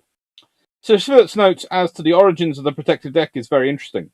While it's true that the latter vessels named by Sir Philip have sloping protected decks whose lower edge is at the level of the lower edge of the side armour, yet the angle and the length of the slope are so much increased as to practically constitute a new arrangement. Mr. Deadman deserves the thanks of the Royal Corps of Naval Constructors for calling attention for the fact that when the King Edward VII was designed, I was only an assistant constructor. I was 38 years of age, and as in other similar cases, the responsibilities carried by assistant constructors were out of all proportion to their rank. My statement as to the weights of the battleship are unfortunately literally correct.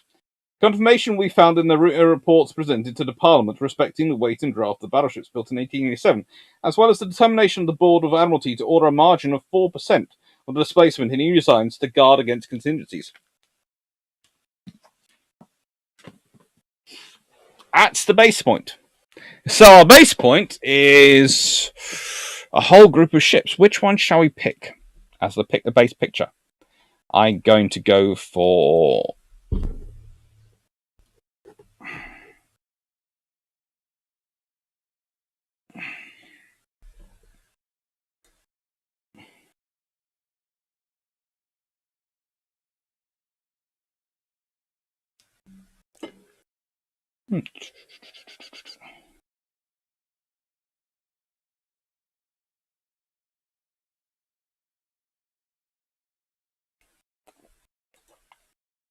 in the end, there's only one option.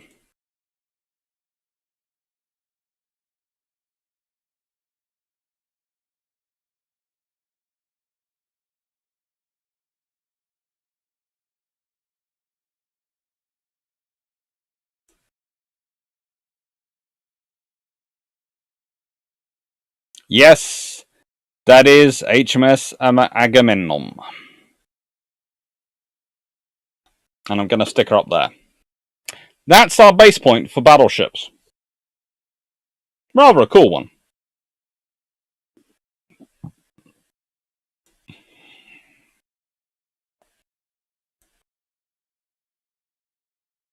Now, what's next? Where do you go next for battleships? What's the next point?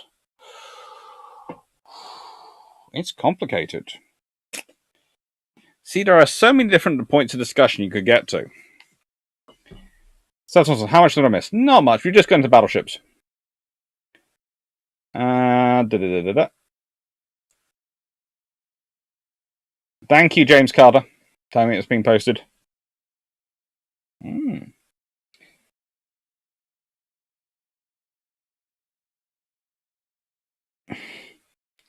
Rapid Razorback. Not that I wish to encourage the silliness, but do you have a candidate for the Space Blackburn?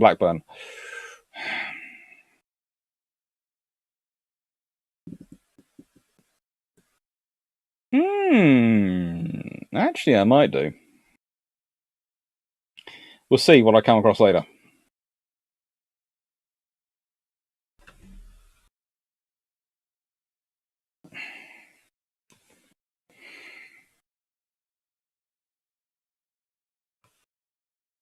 No space aircraft or submarines, for example.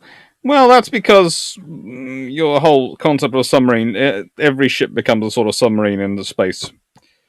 So let's go to Hess one, Warship 2020.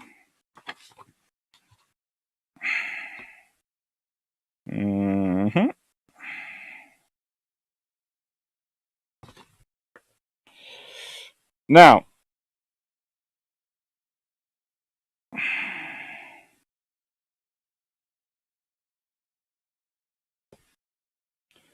this is going to go for Italia and Lepanto 48.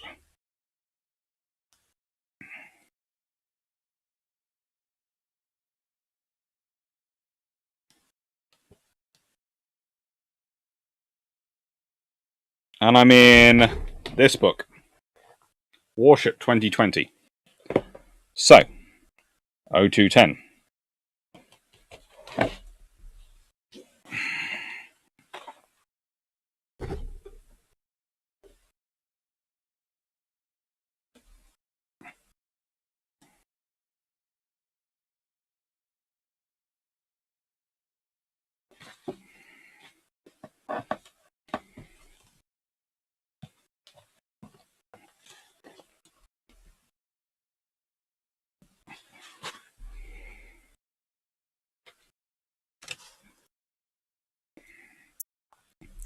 Now,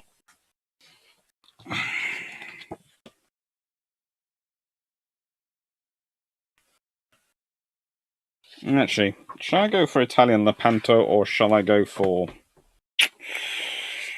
I'm going to stick with this book, but there's...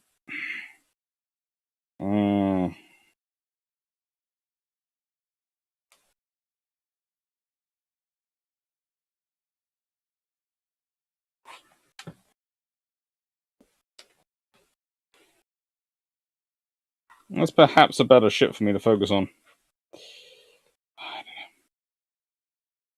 Ooh, we're going to go with that one. Design trends in modern surface combatants. Because modern surface combatants are what they're built for. And that allows me to do 2 of those, which is good.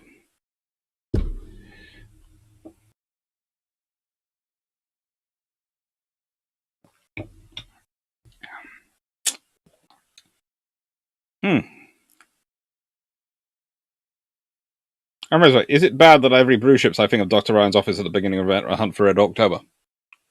He needs more books.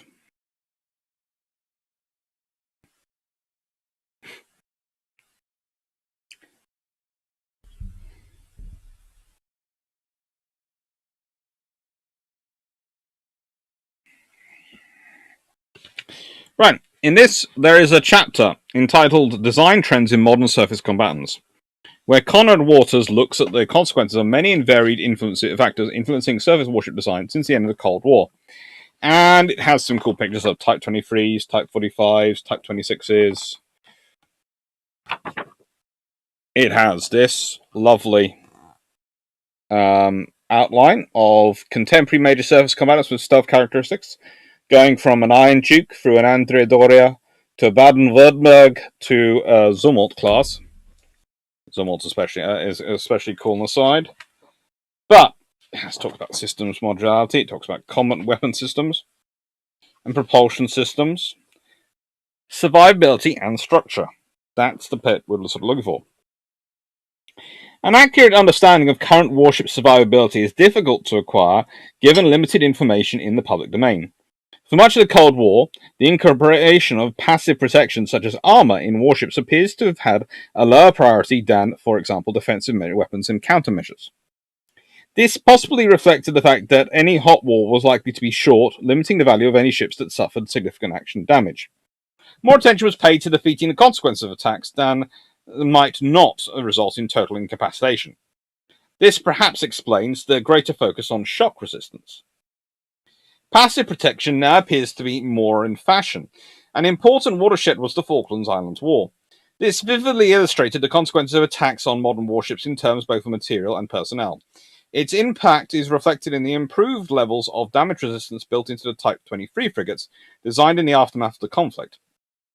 It's included strengthened, blast-resistant bulkheads and the creation of fully self-sufficient damage control zones. A similar emphasis is evident in the other contemporary warships, such as the provision of box girders, double-skin bulkheads, and increased fire zone self-sufficiency in the German F-123 Brandenburg class. This focus has continued in subsequent surface combatants. The post-Cold War environment of more limited conflict, in which the threat of damage from terrorist attack is a real danger, has been an important influence. Important aid to survivability has been the development of increasingly sophisticated platform management systems. In addition to controlling propulsion and associated ship systems, these can automatically monitor and respond to instances of damage. This helps to counterbalance the impact of lean manning on any emergency response. Seemingly at odds with the increased focus on survivability has been a convergence of naval and commercial design practices. This has two main aspects. First, constraints on resources in the post-Cold War era saw navies look to save money by adopting commercial techniques for second-line warships and support vessels, where the risk-reward balance was seen as acceptable. This has sometimes been extended to non-critical areas of frontline warship design. More broadly, significant cuts to in-house technical staff resulted in many navies outsourcing more and more elements of warship design to the shipyards. This has made it difficult for them to maintain and monitor their own design and construction standards. The consequence has been that the responsibility for this process has increasingly been transferred to commercial classification societies, which have developed their own naval rules. To some extent, this has, of itself, encouraged the convergence of design practices, particularly since navies are under increasing pressure to comply with a host of national and international rules and regulations. The extent to which the standards promulgated under the new rules will stand the test of combat has yet to be tested.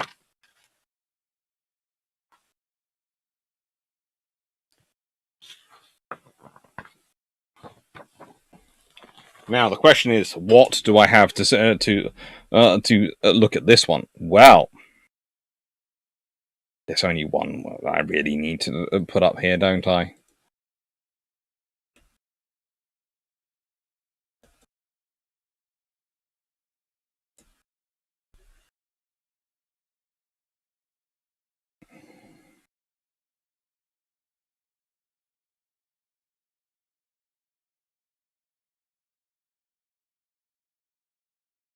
Mm-hmm.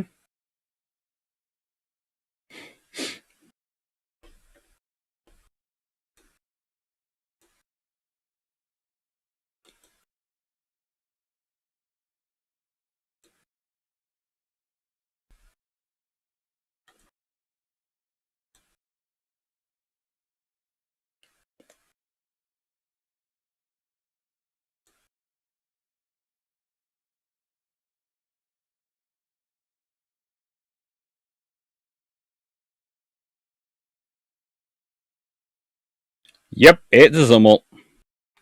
Because let's be honest, there haven't been any other ships produced which are as big as her, other than her, in the last decades, really. So they fit. For a modern warship, modern battleship, the closest you got is the Zummel. Hello, Melanie 16040. Live for how long? Well, I've been live for 2 hours and 20 minutes and probably going on a bit longer. A lot longer. Probably about, I'm reckoning probably about 10 o'clock we'll finish.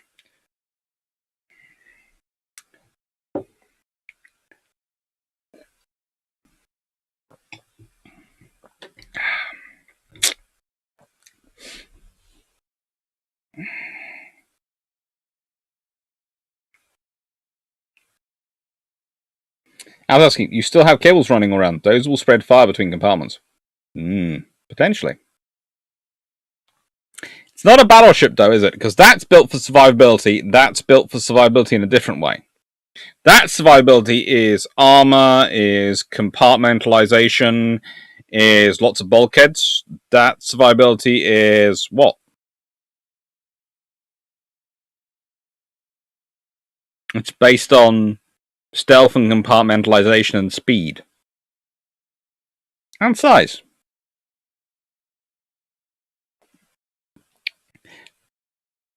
Don't take this the wrong way, because there are going to be some American viewers who are going to really upset with this. But if they really want to build the CGX quickly, they should probably take the hull of that, fit, and the advanced gun system in there, just one of them, and fill up the space with, well, if it's viable for all the missiles you need, the Mark 53 VLS is already fitted with, just have a lot more of them. And there's your CGX.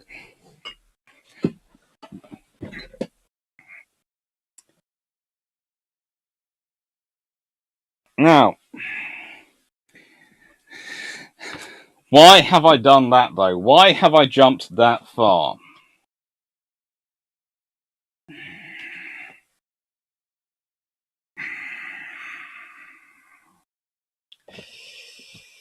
Because I have kept emphasizing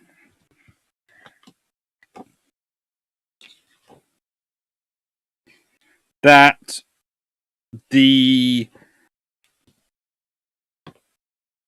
Starfleet really does build cruisers, and that the necessarily it might not be,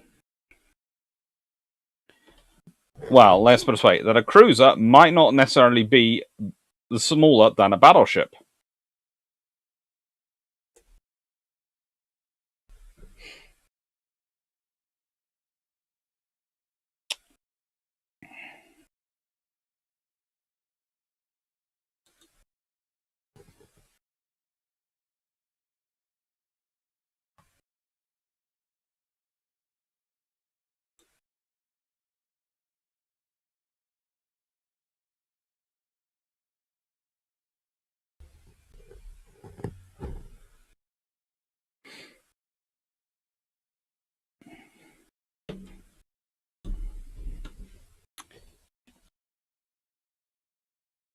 Come on. Fine. Imperial. Yeah, I need that. Right then.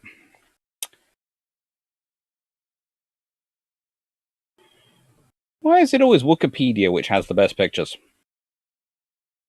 But they do demand a lot in terms of data. Now,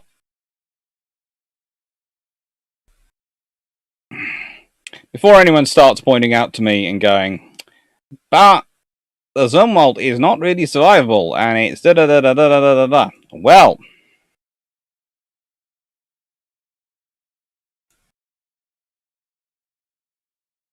let's be honest. This thing is not the most survivable either, because as we all know, a few hits and they can get taken out.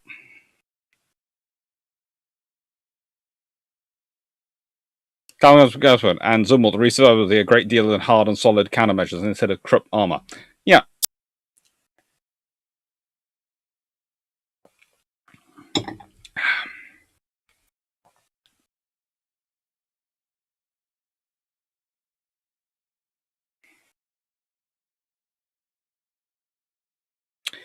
I was going to talk about the Starfleet one, but the Starfleet one, the trouble is there's the official write-up for it and there's the reality.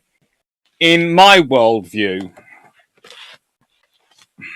you have the Galaxy class, which goes around the world saying hello to everyone. And then you have the Niagara class, which is usually more internally on cultural missions and is slightly smaller than the Galaxy class, but has a lot of the same firepower and quickly can get upgraded far quicker than the Galaxy class to full firepower standards. And I would argue that the Niagara is therefore closer to Battleship than that one, because it's a slightly smaller target. And you don't necessarily want your battleship to be a massive target. But all the things are pretty much focused. So instead, we're going to be talking about Star Wars Complete Vehicles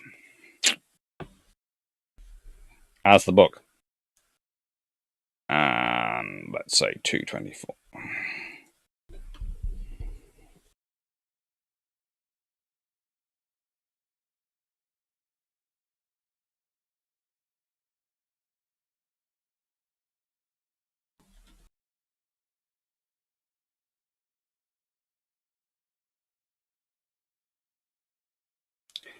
Now,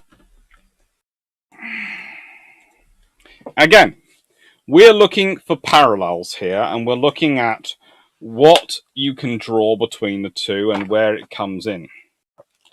Now, honestly,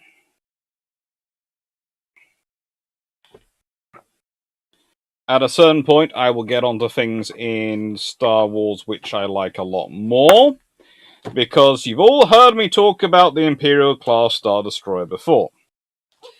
And I'm not its biggest fan, because in my worldview, yes, it fits with the Tarkin doctrine, but I think the Tarkin doctrine is a little stupid. It fits with their worldview and it fits with their doctrine. And this is a very good book for looking at that.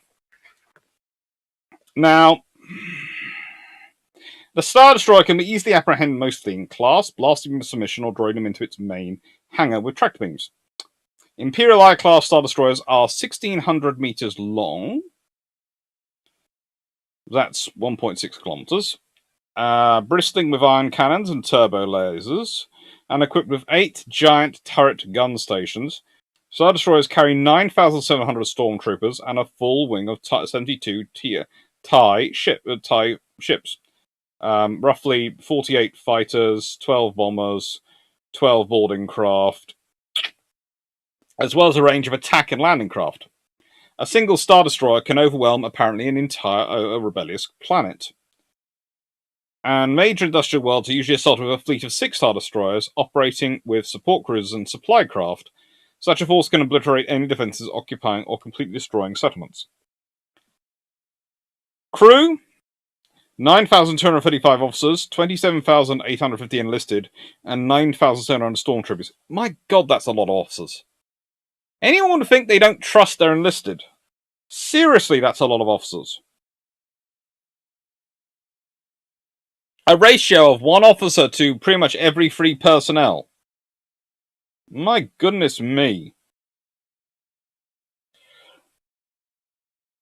So, officers make up 25% of my crew? Just mentally going through the Royal Navy here. On average, officers usually make up about a maximum of an eighth of a crew. And like carriers, it might be slightly different. There are some more officers around and all these sort of things, but still, that's quite a very high percentage of officers.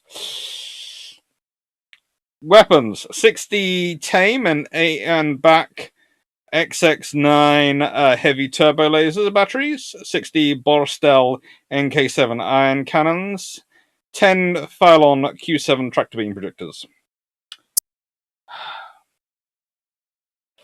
And as we know, it can be taken out by, I don't know, anything which it bashes into up. There is Starfleet, which has the fricking... It's still built into the main hull, but has the actual bridge built into the top of the main hull. And then there is Star Wars destroyers, where that is the command point. Now, why do I call it a battleship, not anything else, when it's carrying all those carriers and it's carrying all those fighters and all those things? Because it's not. Those things are ancillary. They are there as basically extra defense and for stuff when it feels like stomping its foot around on land. It is primarily a warship for fighting in space. 9,235 warships and mainly 1640.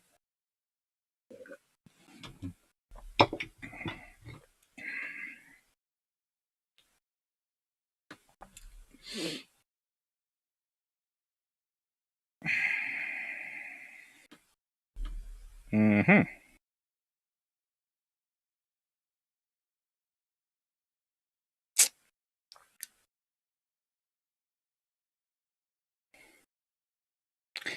Dunner Canema, are you familiar with Starhawk? Yes, I am, but I decided to go for the ISD. Because it makes the point more. The Starhawk is cool, but this makes my point more.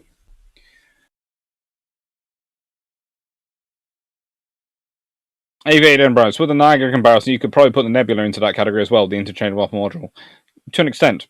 I wouldn't call them battleships, though, because they're definitely small. They're more light cruisers, but they could definitely go something quite fighty.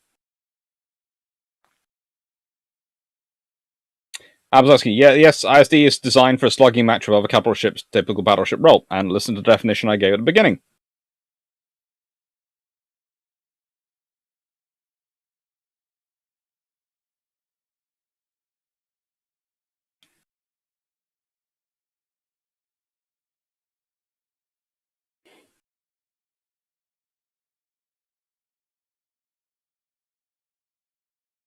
Watch the Battle of Endor videos. You'll see several fighters smash into ISDs without much effect. I do realise that, but there are also certain points on this ship which are surprisingly weak. Rapper, is it because the lack of point defenses bring up memories of the Falklands? Yes, they do! That's one of my major issues with this thing.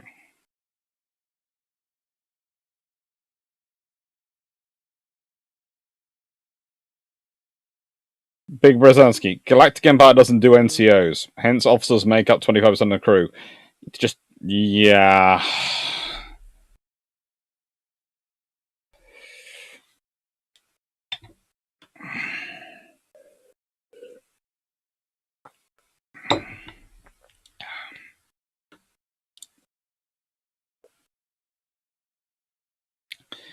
Attack Covert 4. The enlisted man in me is having a mild stroke at the thought of that many butter bars requiring supervision by petty officers.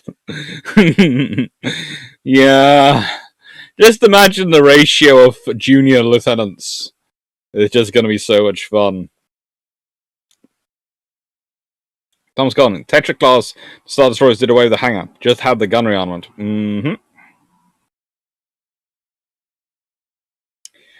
Geo Guy 001. Star Trek used to have the excess of officers problem. They still do have kind of a problem with that. It was basically Chief O'Brien which fixed that problem. Man, City of Order. What's the worst in real life officer ratios you can think of? Oh, there are some units. There are some units.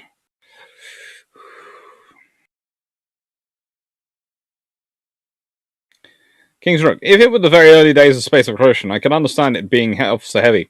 Test pilots are officers. Yes. Because they insisted all pilots be officers. We used to have a good line in NCO pilots, and I never saw anything wrong with having an NCO pilot. It made sense to me.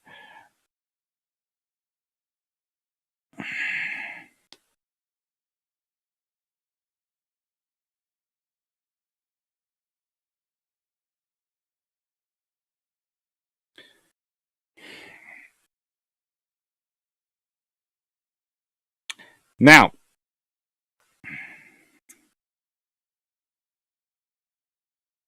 Ethan Mangan, referencing a totally different property now. Would the Daedalus class ships from Stargate be considered battleships, battle cruisers, battle carriers, or regular cruisers? Now, here's the thing. I was actually hunting a Stargate book, and I didn't manage to find one. I wanted one because I wanted to bring in the Daedalus class. Because I was going to include them as a cruiser. Because they're not battleships, and they're not aircraft carriers, because they don't carry enough. The aircraft aren't enough of their potential their strike wing for them to be that. But they aren't really battleships either, because honestly, the amount of things that are built into them to give them long range and endurance and exploration capabilities means that sort of takes away, in some respects, from their fighting capabilities. So I'd put them as cruisers, but they're good cruisers. I'm going to make that smaller because that's starting to bug me.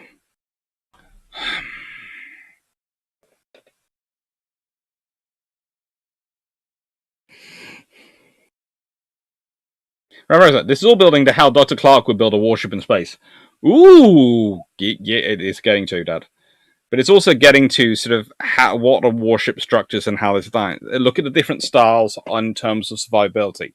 We're talking in the future, we're expecting... This one is all about hard survivability, the far one. This one is a mixture of some hard survivability, but also stealth and soft kill capabilities. This one is, I would argue, far more about its shields and its protections, as this was Star Trek, but actually does have some building in. This is why I have this one up here rather than a Star Trek ship, because for all its faults, and there are many, and I could list them for a few hours, the Imperial Star Destroyer does have a lot of internal structuring to give it rigidity, to give it the strength it needs to fight a battle. That's part of the thing. That's the one good thing of the Tarquin Doctrine.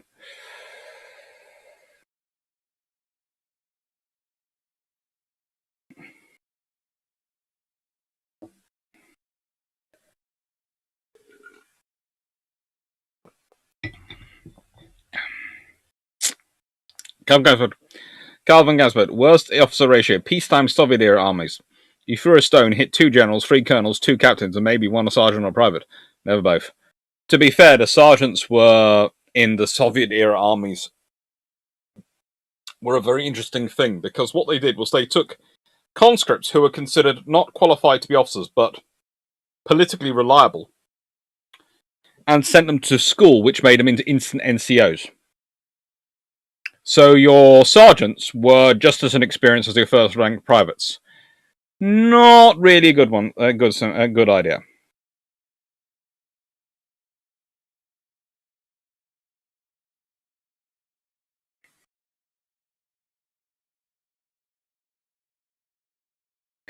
Remember, Dalzell and Babylon 5 just have hulls with thickness measured in meters.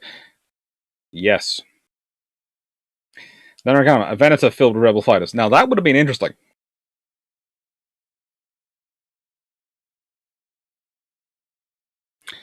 That was asking. Daedalus, especially post Asgard, are a carrier battlecruiser hybrid, maybe with a large emphasis on the cruiser role. I would still say cruiser because they don't. The fighters are useful, but they aren't enough of they aren't their primary striking weapon. If you turn around to a carrier, the feature of a carrier is its primary strike tool is its aircraft, its air group, which is why that is not a carrier despite the air group it carries. Yet a Venator is an aircraft carrier. Right. Again, back in a second. I'm going to leave you to pictures before we start the carrier section. Ba-ba-dum-bum.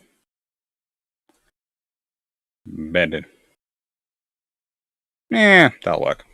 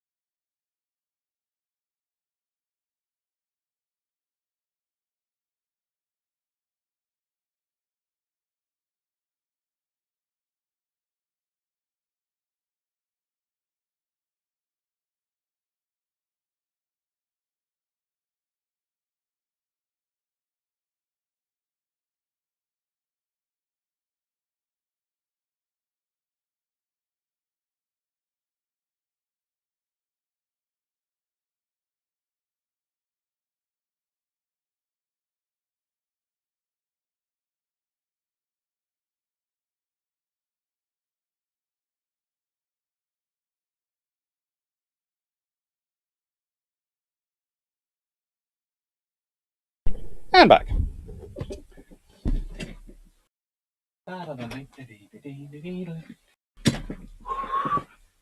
Alright.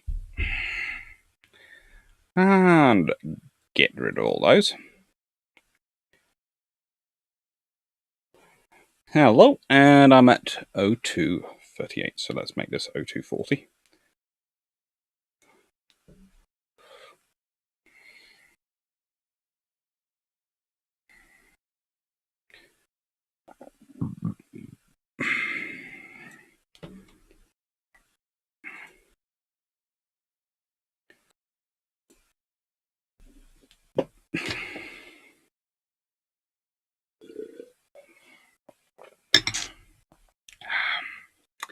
So,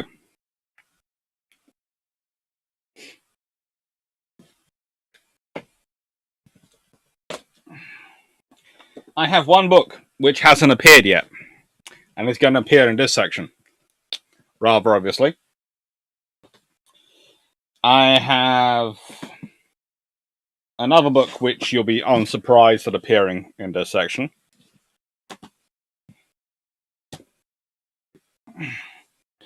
And this is, of course, going to be in here, because I'm going to get to talk about my favourite of the Star Wars genre ships. But also,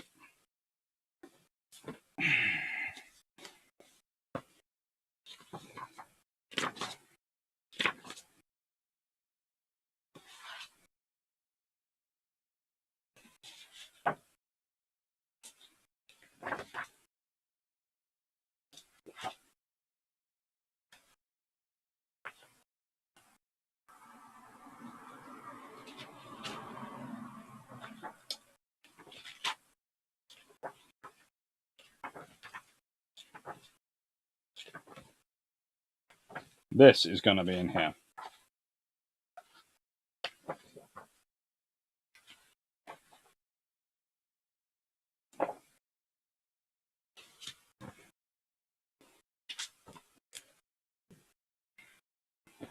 So,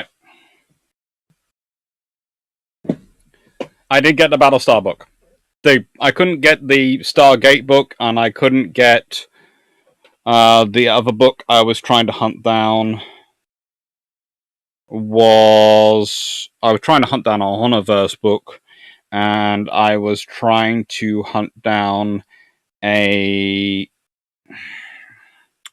Farscape book, but I couldn't find that to get them.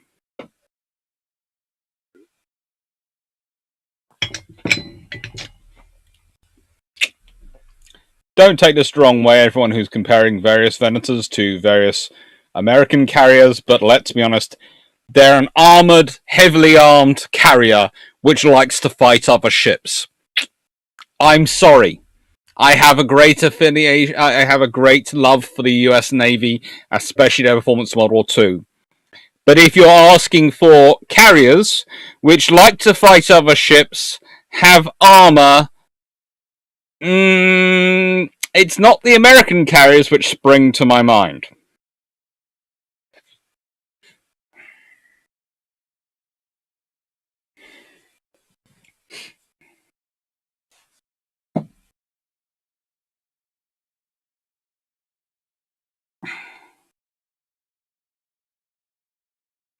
So, we're going to start off with the 1934 Transactional Naval Architects book.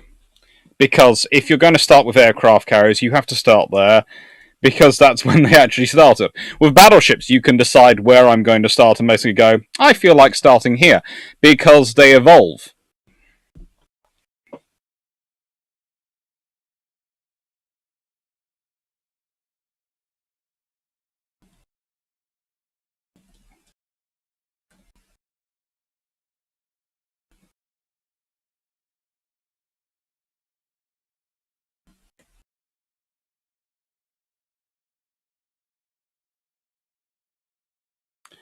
You know, a battleship, well, can you define a first rate as a battleship, a second rate, a third rate as a battleship? You know, when does a ship start becoming, when does the whole battleship concept begin? It's an entire liturgy of discussion, etc. you can get into.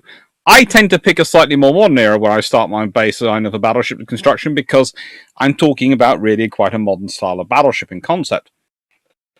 But aircraft carriers, that's very easily. We can point to and go, HMS Furious. At what point do you lose your 18-inch gun?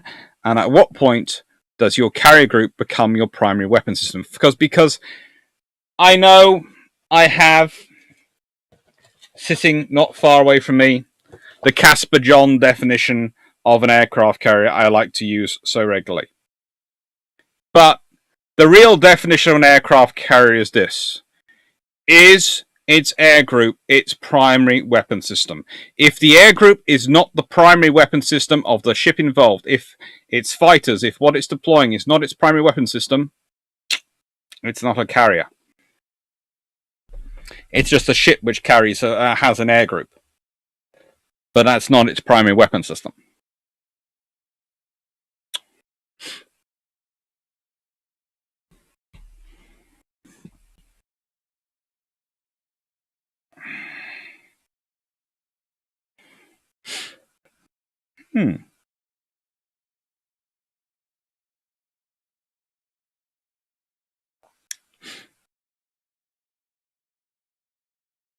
Kingsbrook, you can tell the Battlestar Galactica is based on our own aircraft carriers. They call for action stations. Yeah. Vision. Star Trek never has thought out well how Starfleet will be organized and operated as a real uniform service. It shows badly at times. DS9 was the best in the matter with Chief O'Brien. Mm-hmm.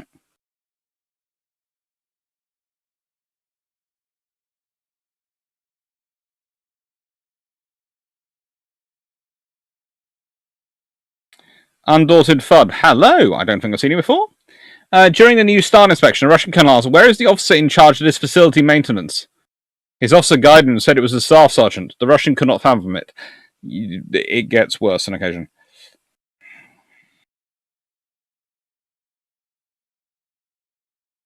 I would argue I call myself a bit of a Trekkie as well, quite happily. But again, Star Trek and thinking through certain things doesn't make sense. I was very glad to see that Sahil has become a lieutenant, though, in Discovery. It was going to sound strange.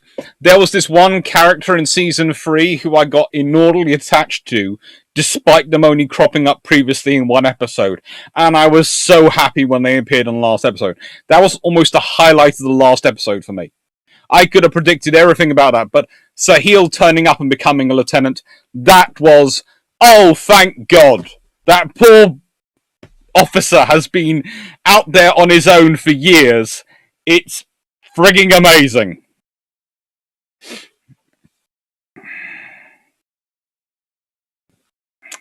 So,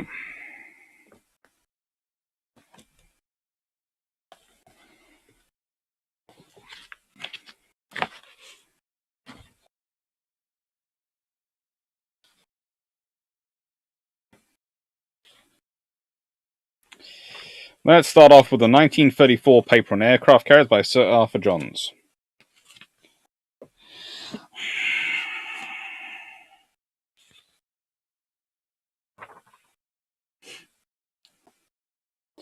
Omitting the oldest carriers, the speeds in the table vary between 23 and 34 knots, but here again, the converted ships have the power and speed given them for their design purpose. For those originally designed as aircraft carriers, Hermes, Hoshio, and Niejo are of 29 knots, Ranger 29.25 knots, whilst Yorktown and Enterprise are reported to be designed for a speed approaching that of Lexington and Saratoga.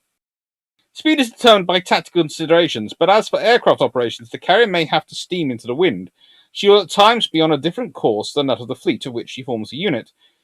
In order to keep station, she must generally be of a greater speed than the other units. Frequent alterations of speeds are therefore necessary, and the propelling machinery must be robust and flexible. The number of aircraft allotted to various carriers, where known, are given in the last column of the table and afford some interesting comparisons. Furious, with a flush flight deck and horizontal funnel ducts, takes 35 aircraft as compared with 50 on her sister ships, Glorious and Courageous, fitted with an island. Akagi and Kaga have the same displacement armament, but the former has nearly 50% more power than the latter, the maximum speeds being 28.5 and 23 knots respectively. The Kaga is credited with 60 aircraft and Akagi with 50. Ranger, of 13,800 tons and 29.5 knots, carries 76 aircraft, or 4 less than Lexington or Saratoga, of 33,000 tons, 34 knot speed, and a far more powerful armament. The effect of an increase of speed of a carrier on the number of aircraft appears in the evidence given to the Navy Committee of the Congress in 1929, when it was stated that an additional 3 knots to Ranger's speed would reduce the aircraft capacity by 40%.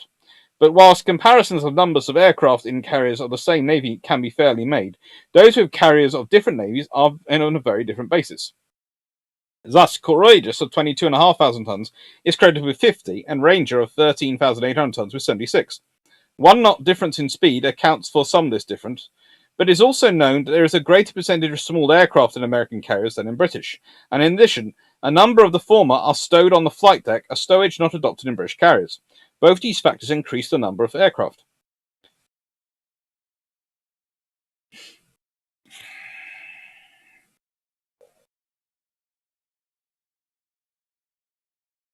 As the hangars occupy 50 foot or 60 foot of the middle of the breadth of the ship, over a considerable portion of the length, and must be clear of obstacles, the funnel uptakes, engine and boiler room ventilation shafts, ship ventilating trucks, and all ladderways have to be brought to the side of the ship before the level of the floor of the hangars is reached. The spaces at the sides of the ship outside the hangars are thus congested. The stowage of boats is far more difficult than in an ordinary warship, neither davits nor derricks being practical. Horizontal, transverse girders and runways take their place. The ready supply of ammunition to the guns is also rendered difficult. The stowage of aviation spares in the requisite quantity for the operation of a large number of aircraft is a problem peculiar to the aircraft carrier. This is carried in a number of large cylinders at either end of the ship, fitted in the hold and independent of the ship's structure. An extensive system of piping is fitted, and the fueling positions in every section of the hangars and on the flight deck. This petrol system is operated either by air pressure, and some carriers by a water displacement system. Gravity, ready-use tanks are fitted on either side of the ship under the flight deck. and arranged for quick disconnection and rolling overboard and sinking in the event of any danger.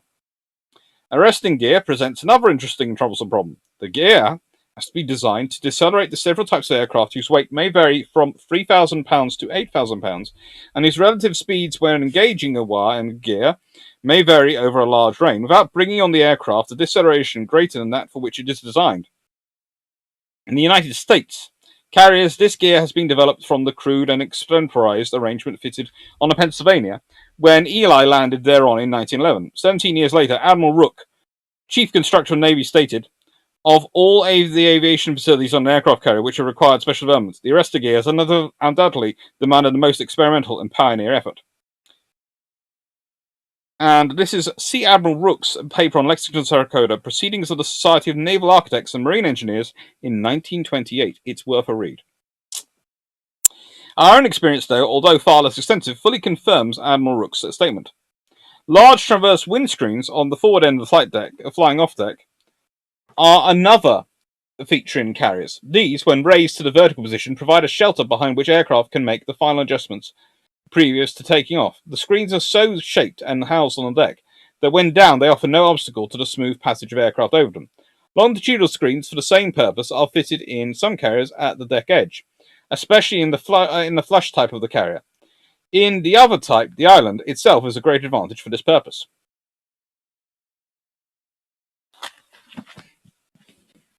It's always interesting to read. So, what carrier are we going to put up here first? Well, I'm sorry. There is really only one option.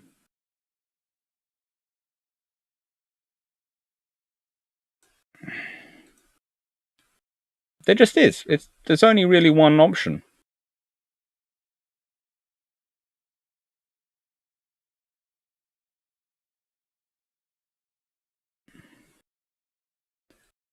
I'm not going to be too cruel to her.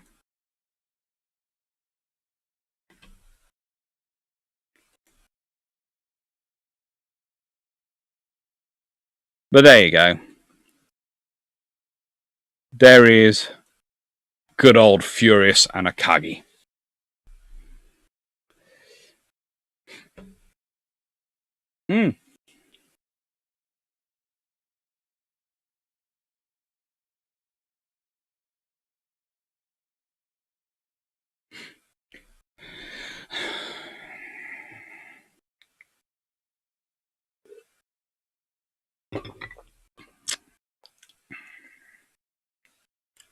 So,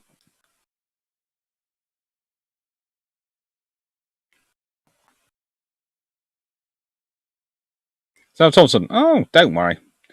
I'm only 16. Undaunted. Thud. Well, that would go back to what I thought of officers doing maintenance. I was asking, please don't use Star Trek Discovery and Amazing in one sentence. It's just a big no. Well, yes and no. I will agree there are bits which, frankly, I find quite interesting, but British for not really. But as I said, Lieutenant Saligill, my favourite character of season 3, and basically turned up in one episode. It's cool.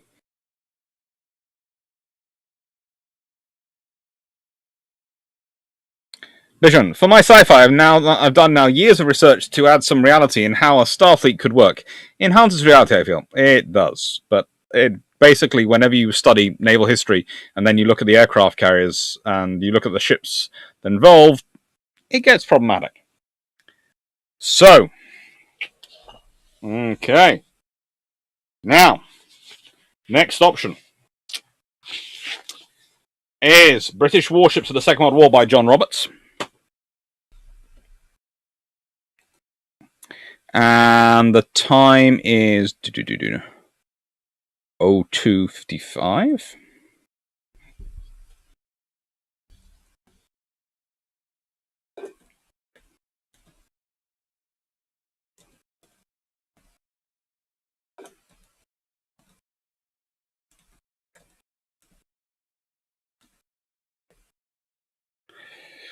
Now, I'm going to actually be slightly naughty because I'm going to make that disappear. I'm going to change that in preparation for when I need to get it out.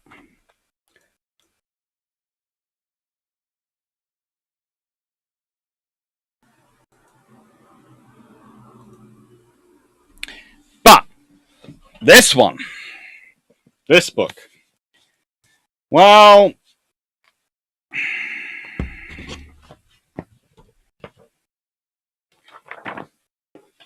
this is the pretty we are going to discuss.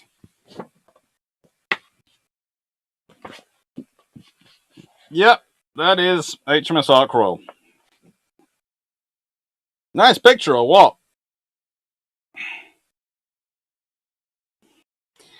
And there is one thing you can say about her. She's all about her air group. Yes, she's definitely a carrier. She's all about her air group.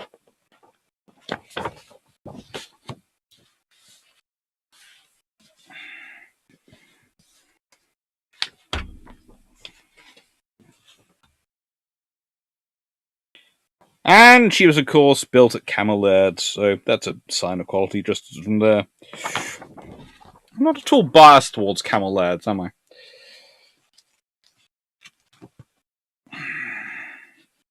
I love is they do have even more pictures of her.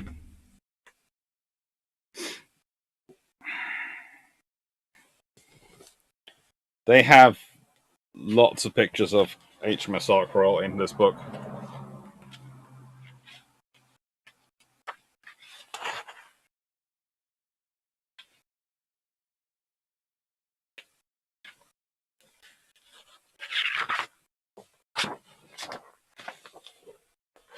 You want an overview picture? They've got an overview picture.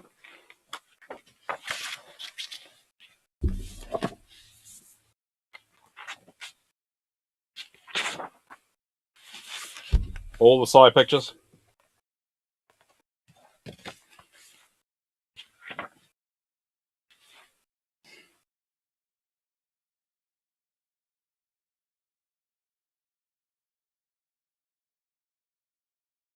And all the structural pictures.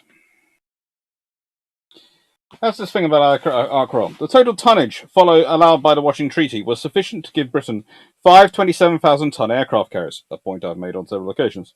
However, the Admiralty wished to maintain a fleet of 6 ships, and having established that a smaller vessel would meet anticipated needs, accepted a lower requirement of 22,500 tons when the construction of a new carrier came up for consideration in the early 1930s.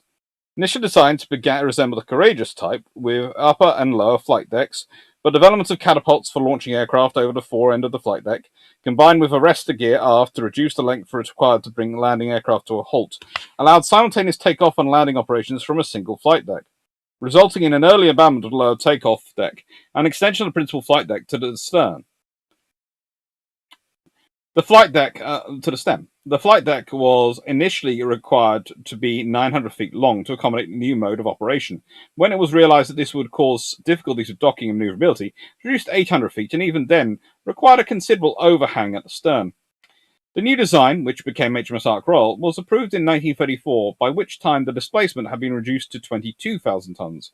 She was Britain's first large purpose-built carrier, and combined the collective experience of the existing carrier fleet with the latest British thinking on carrier design and operation. She's a rather cute ship. She is. And as such, bum, here she is.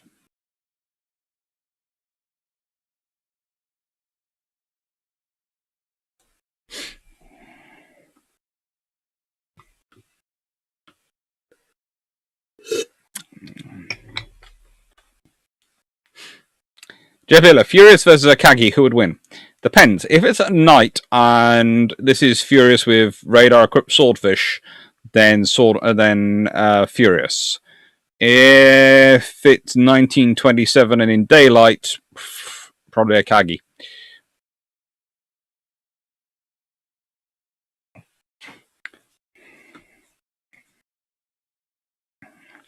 Vision. When I started writing, I had really looked up what enlisted and petty officers were in the Navy. I'm a Star Trek fan. Enlisted? To my shame. My uncle was a chief petty officer in Vietnam. That was not an easy time.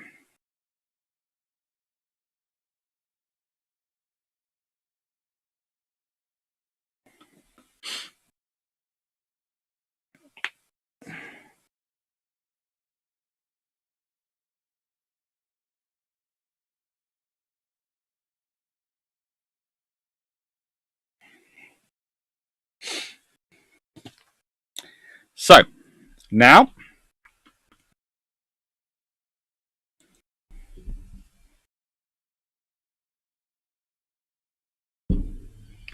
let's just go here and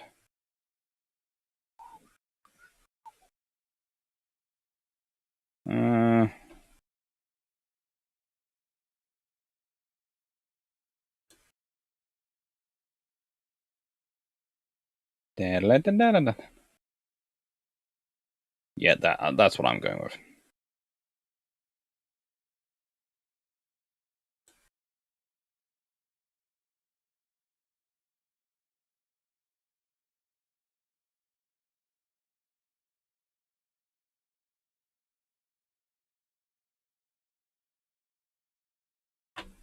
Mm-hmm.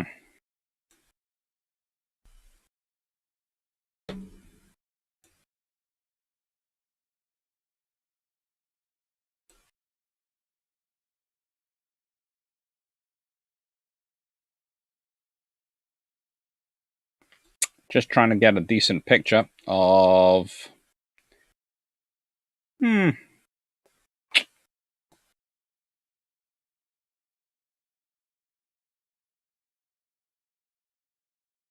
That looks pretty much like the picture from the book.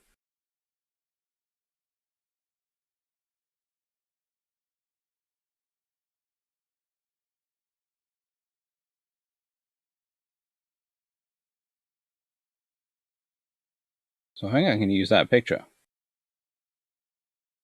Because it's in the book. And I'm going to be displaying the book shortly.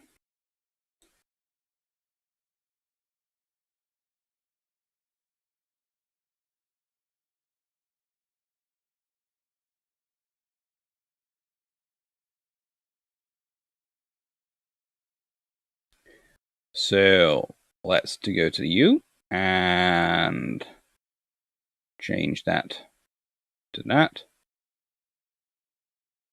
And up you go. And no, we don't need that big.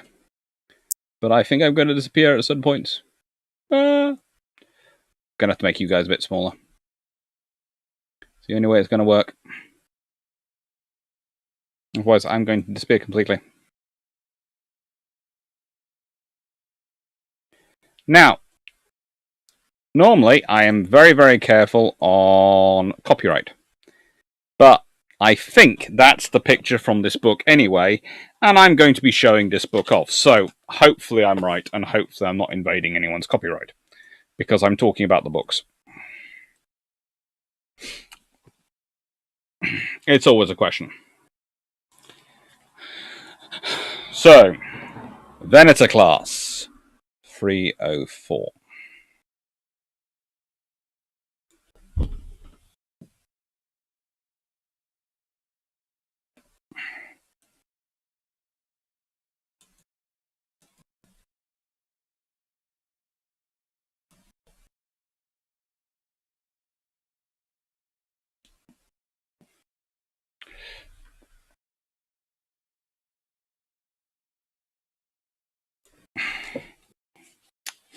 Now, why do I prefer the Venator class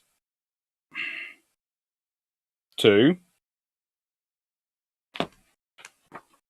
other capital ships of the period, and more importantly, to the Imperial Star Destroyer?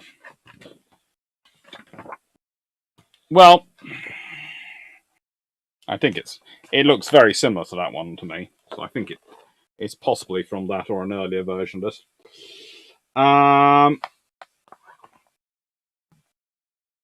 This is a very, very cool book with a lot of detail in it.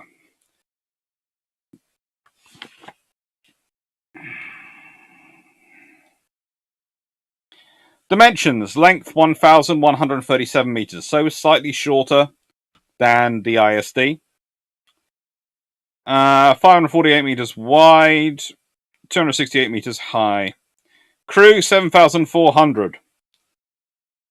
There is no listing on whether those are all officers, but that crew list on the Venator is actually smaller than the number of officers carried on the ISD. Again, I do not know how you go from the Venator, which is a perfectly sensible ship, to the ISD. Weapons: 8 heavy turbo laser turrets, 2 medium dual turbo laser turrets, 52 point defense laser cannons, woohoo! 4 proton torpedo tubes, woohoo! 6 tractor beam projectors.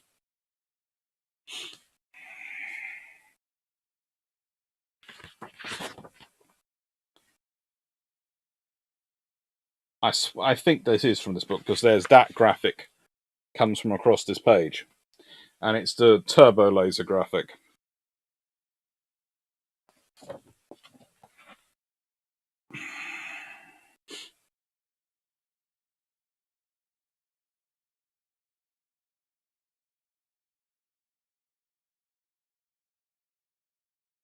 It can carry a lot of fighters. It needs to. They're its primary attack tool. Yes, I know it has weapons, and I know it does engage them, but usually, let's be honest, what does it open up with first? Its fighters launch a fighter attack, or does it launch a turbo laser barrage first? More often not, the fighters are gone in first. The turbo lasers then come afterwards. It's kind of like a case of, we're here, the fighters arrived, now we'll go in blasting after the fighters have softened you up a bit.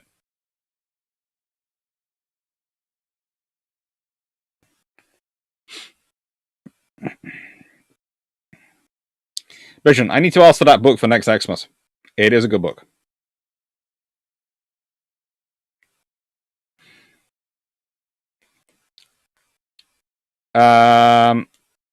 It's Burroughs Real. It's a different book, but very similar. I'm not sure on Burroughs. I think.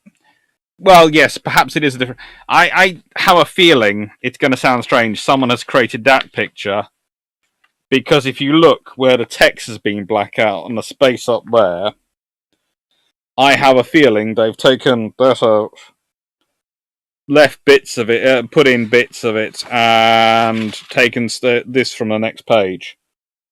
It just seems like they've made a composite picture using this book. I'm hoping it's right, as I know.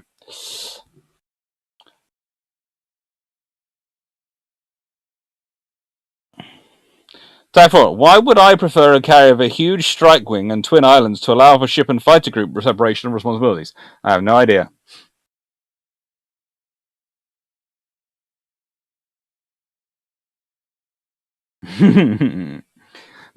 How would you go to that from the ISD? Go from that to the ISD? You know what Barnes Wallace comes up with, right? His Imperial counterpart? Need I say more? Potentially.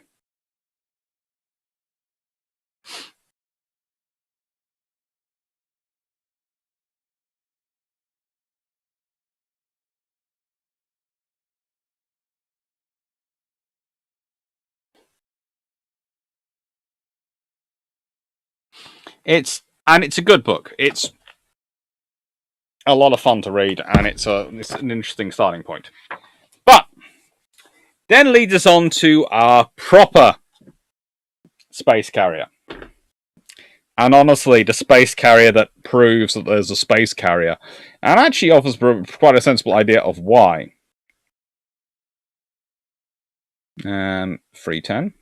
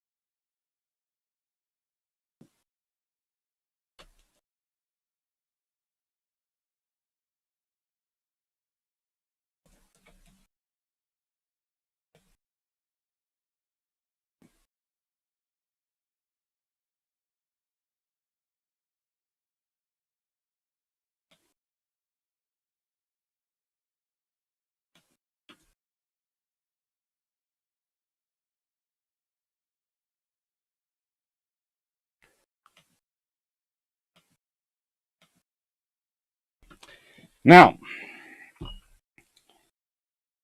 there are many Battlestars in here, and that's one of the cool things about it. It does show the various developments of the Battlestars. It gives you the Valkyrie, which is a very cool light Battlestar, part of the Ghost Fleet at certain points. It's a very cool little ship, and various other ones, but we have to go for what is possibly the most ultimate of all Battlestars. And I'm not talking about the Prometheus. Tempting, but no.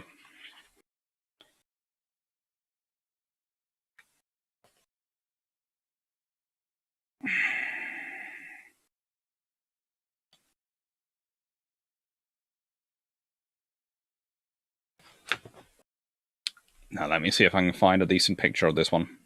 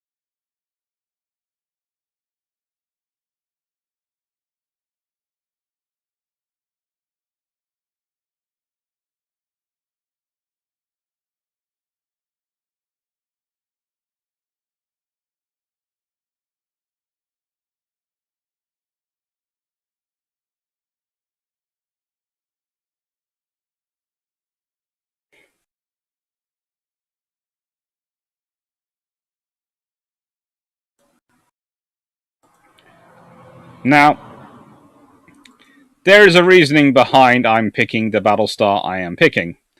Because, let's be honest, if I picked a different one, I would probably get hunted down by Jamie and hurt. So yes, I have picked the original Battlestar.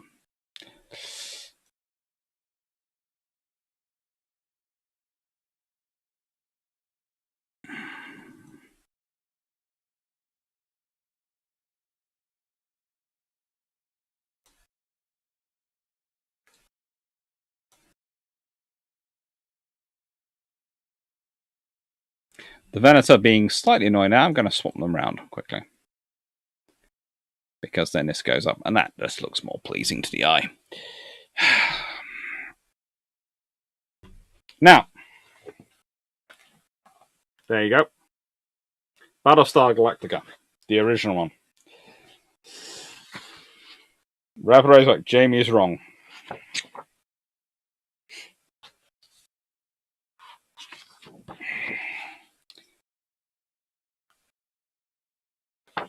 She has turbo lasers for point defense. She has missiles. She has all sorts of things, but she mainly is built around her fighters and her attack aircraft. They are her main things. And that makes sense. She is a war-fighting ship. That's what she's designed around doing.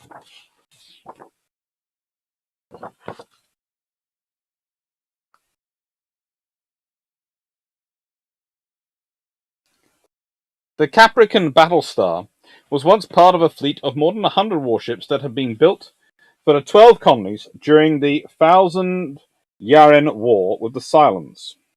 Presumed Thousand-Year War is the thing.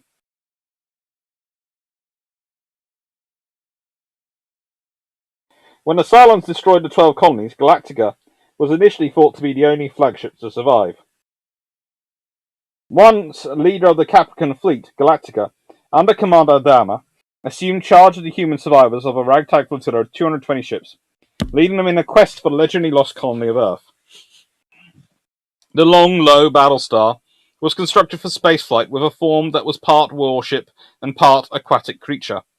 was designed to carry a 500-strong crew of military and support personnel, including pilots of the Colonial Vipers.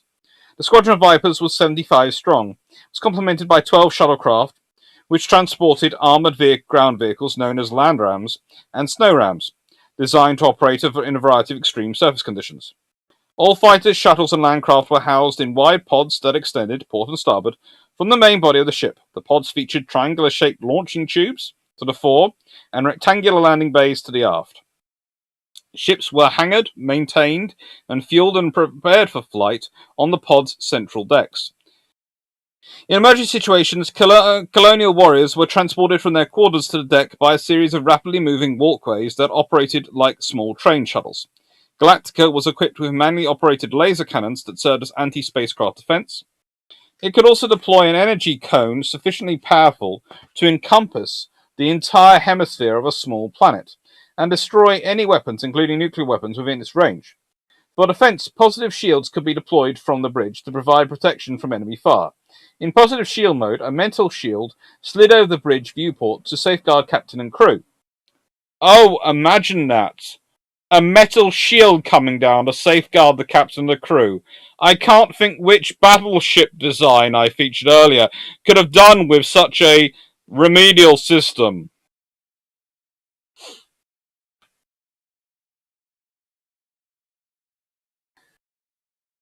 While the force field offered effective protection from radar fire, it could not withstand direct collision with a radar nor fire from a Cylon base ship.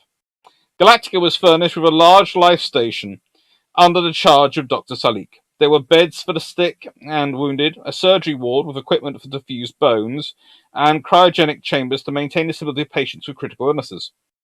Staff in the laboratory studied diseases and DNA and synthesized medicine for alien crew. As a warship, Galactica was furnished and equipped for conflict, but while spacious, with a capacious and fully networked bridge, there were few concessions to comfort on board. Interior architecture was riveted metal, and communal areas were basic, often with gridded metal floors. Crew quarters were furnished with bunks and single beds, with metal lockers in the walls for personal effects. Carpets offered a small touch of luxury.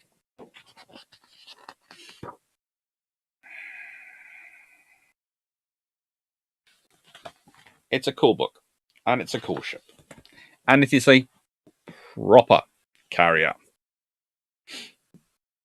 I would argue there are better ones. Pegasus, there are all sorts of carriers which are better, but is pretty cool, yes, but if you're going to go for the best example of Battlestar Galactica, you have to go for Galactica. And if I'm going to go for a Galactica, I have to go for one that Jamie won't hunt me down and beat me up over it.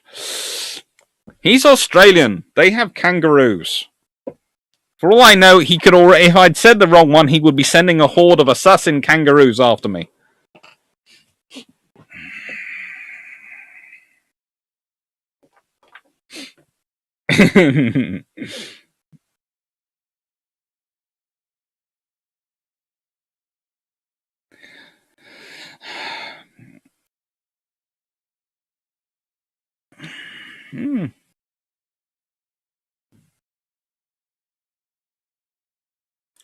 How does Deadlock affect your take on Battlestar Galactica? I enjoy Deadlock, and I enjoy learning some of the mechanics from it. I've enjoyed it. It's made me understand the ship slightly more. The trouble is with Battlestar Galactica, it is kind of focused on the Battlestar in both programs. And one of the things I don't understand is why they have a carrier operating without a proper carrier battle group. That would have seemed sensible. Even if it is an old carrier, it would still be going around with a battle group.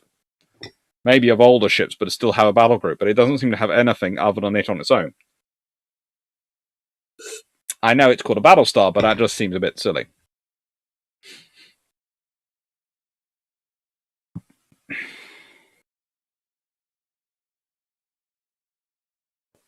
There was an interesting post on Reddit explaining why the Empire abandoned all the Clone Wars equipment. It was ergonomically sized for clones and didn't fit anyone else. That was what caused them so much issues, I know, with the Stormtrooper armor, because it was designed for clone troopers, and that's why they had to be so strict. But I think ergonomically, if it's designed for human sized, it's human sized, and most of the Imperial Karus were human. Yes? Oh, There seems to be a fluffy research assistant come visit. Hello, you. 7 kilograms now. Oh, hello. The assistant, fluffy research assistant, has come to say, well, you've only ever watched Star Trek, haven't you? So you haven't seen Stargate or Star Wars yet, have you? I mean, most are missing your education. You've reached, what, 12 weeks now? He's 16 weeks. 16 weeks, and he hasn't yet seen Stargate or anything other than Star Trek. It's terrible. It's terrible. He's taught calculus, though. He's taught calculus. And project management. And I think the fluffy research assistant, rather than the trainee fluffy research assistant, is currently claiming he's not up here to say hello. Alright. Take your. There we go. Oh, I don't think he's going to be coming up very often. Oh, we'll be downstairs soon. They'll both be able to come into the room and say hello. Hello. Go on. Don't worry.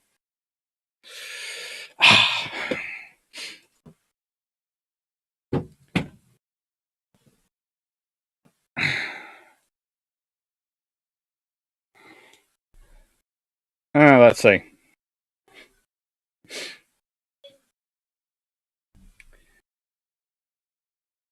Reverend, no escort light carriers? Mainly 1640. As a ruse, you mean? The people saying they wouldn't get through quarantine, but they're kangaroos. They bounce over.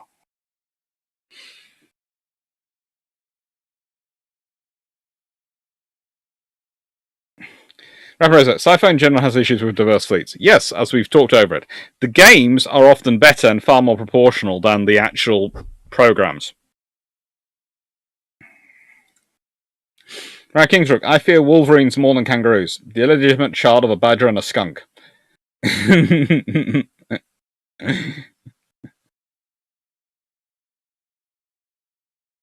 No, 1640. Because she was being decommissioned when the attack happened?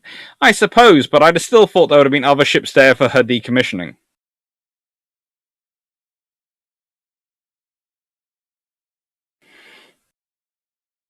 The trainee assistant, fluffy research assistant, yes, did come to visit.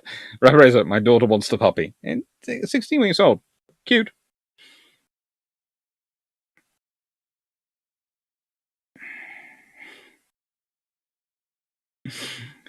Danragama, you need to train your Tafra to protect you from Australian assassin kangaroos. I will, but first we're sort of working on the fluffy research assistant who can bounce like a kangaroo. He's been in training. He is a poodle, and he does understand. He does do the bounce quite naturally anyway. So yeah, he that's my primary one. But you know, we're training the Tafra as well.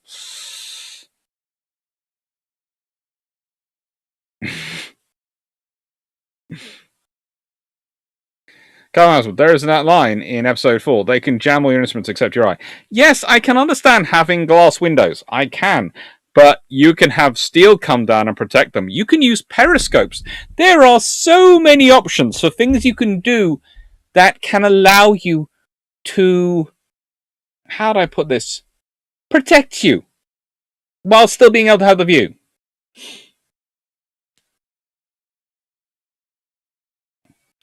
Vision, what is strange in Battlestar is no smaller warships survived attack to join the fleet of refugees or civilian ships.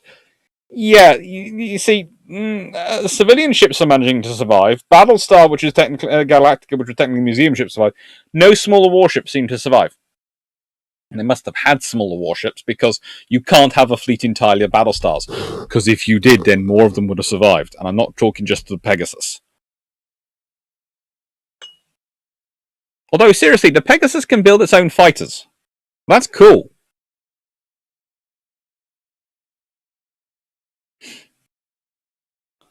That really makes it a carrier. Everyone's looking around going, what's the next generation of planned of, you know, Ark Royal going to be after Queen Elizabeth class? It's just going to be able to manufacture her own aircraft. 3D print them up.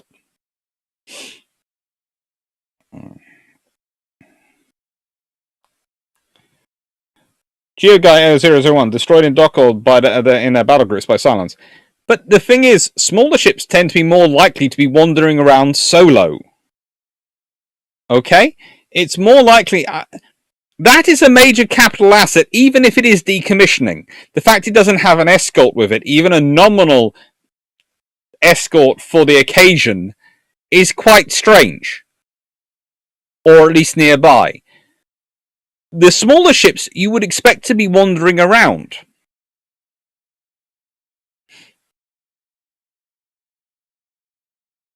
Steph Thompson, Mum suggested you check out Doggy Cross for you and Raleigh. She thinks you'll both enjoy it. We were planning on turn 2020 on doing agility. But of course COVID happened. Rambozo, manufacture or resurrect your own aircraft?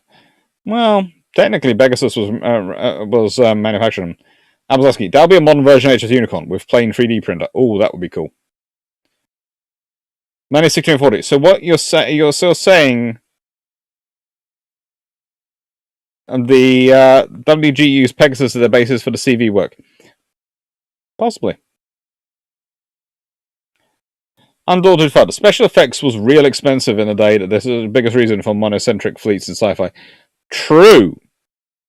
There again, though, the recent on-screen fleet appearing in Picard was kind of monocentric as well.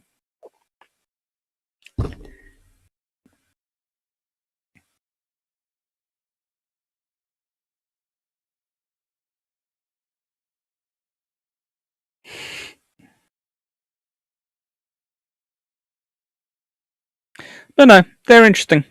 They are, and basically the idea is, if you go into the history books, you can work into the sci-fi stuff, and you can get an idea of what works and what doesn't work, because similar things are going to come through. A carrier is going to be built around its aircraft, and aircraft are going to be its strike. And in the nicest way, the Venator, the reason I say a Venator is a carrier is because look at what's at its center. Look at its center. It is literally built around its hangars. They are an entire chunk of it. Also, they are so much more sensible in terms of their crew numbers. I mean, seriously? 9,235 officers? Seriously? That's like a third of the entire Royal Navy just to give it officers. The whole crew is bigger than the current Royal Navy.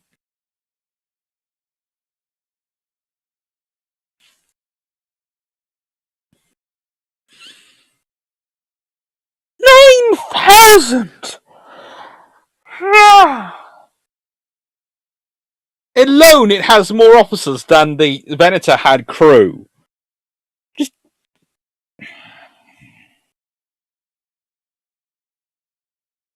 why?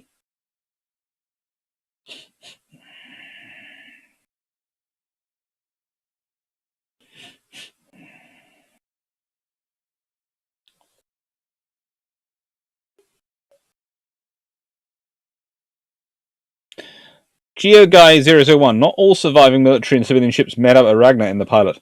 We know another group was found by Pegasus in Razor. There could have been others. Yeah, it could have been.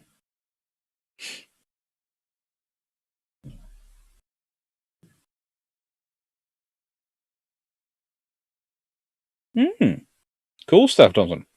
Rosa, carrier hybrids work in science fiction, not in real world, which makes me sad. I would argue these are not so much carrier science. You see, the thing is, there is something quite simple going on. Okay? These are enclosed hangar spaces and enclosed landing areas. So you say the hybrid doesn't work. Well, the hybrid doesn't work when your flight deck is the top of your carrier, and it has to be the top of the carrier. But when you're talking about your flight deck, which is an internalized space, as it is in Battlestar Galactica, as it is in the Venator, then it works. Because the main problem with having a hybrid battle carrier is the FOD and the disruption of the flying spaces that sort of positioning causes. So the moment you have an enclosed scenario, as you would in space, suddenly your battle carrier becomes a very, very common tool.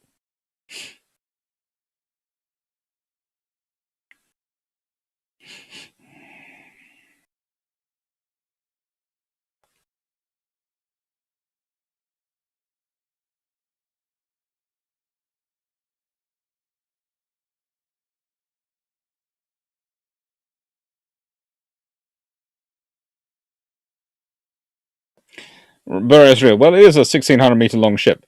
This is nearly 1,200, and it still makes do with 7,200 crew. Okay? This one's crew is like a third of the size. Possibly a quarter of the size. Or a quarter of the size of an ISD's. A quarter. I know the clones were good, but they really do the work of 4 people, in which case, on what drugs are you in the Empire when you decide to stop using them?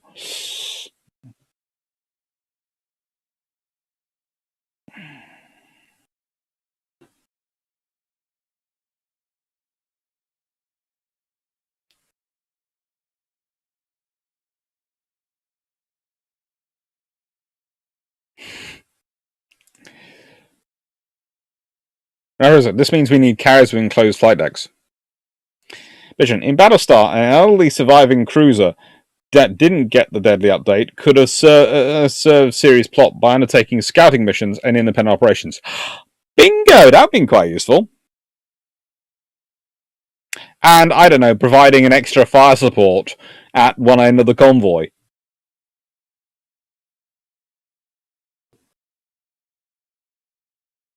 Consider how scientifically feasible are force shields? Well, you see, again, if I go to another book which I'm reading, which is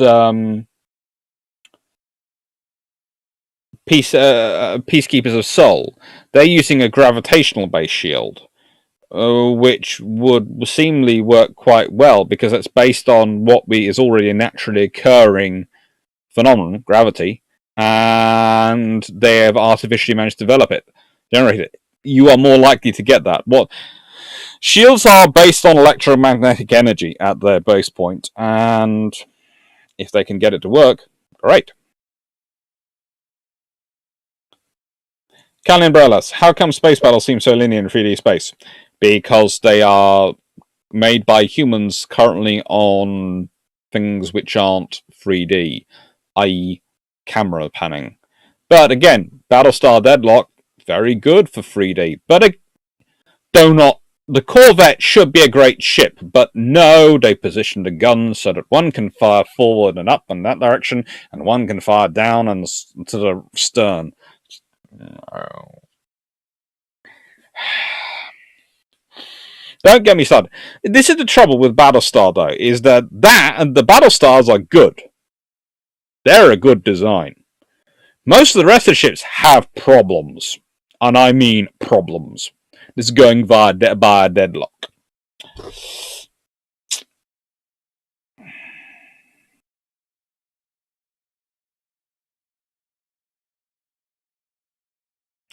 GeoGuy001. British carriers used their guns offensively, were operating in situations where they were well supported and shooting at short targets. Hey, HMS Unicorn. Yeah, but, you know. HMS Formidable tried to get into the fight in Malapan. Exactly, but for current carriers, enclosed landing deck means more weight and more tonnage for no actual benefit. And actually a lot of risk because, again, enclosed. So it's harder for the aircraft to break off if there's a problem.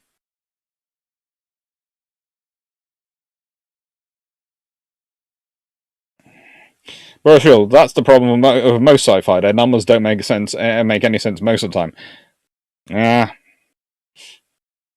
Some do. Vision, NASA is working on electromagnetic shielding for radiation protection. Rapid Raceback, Galactica has the flak battery World War II carriers wish they had. Oh, yeah. The things that we get done with our flak battery. Oh.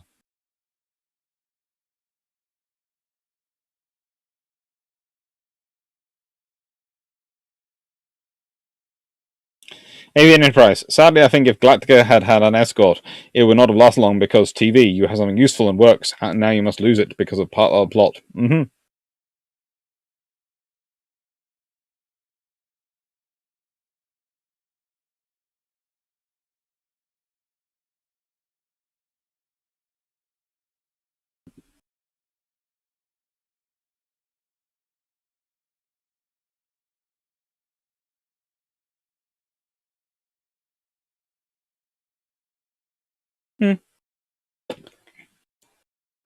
Right then, I would say we're at roughly into what is supposed to be the general question period till I finish off the Iron Brew.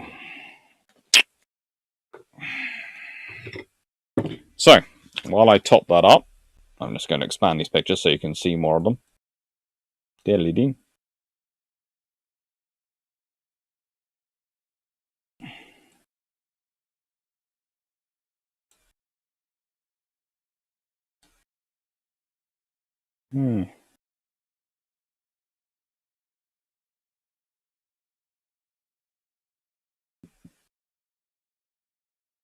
Dang it.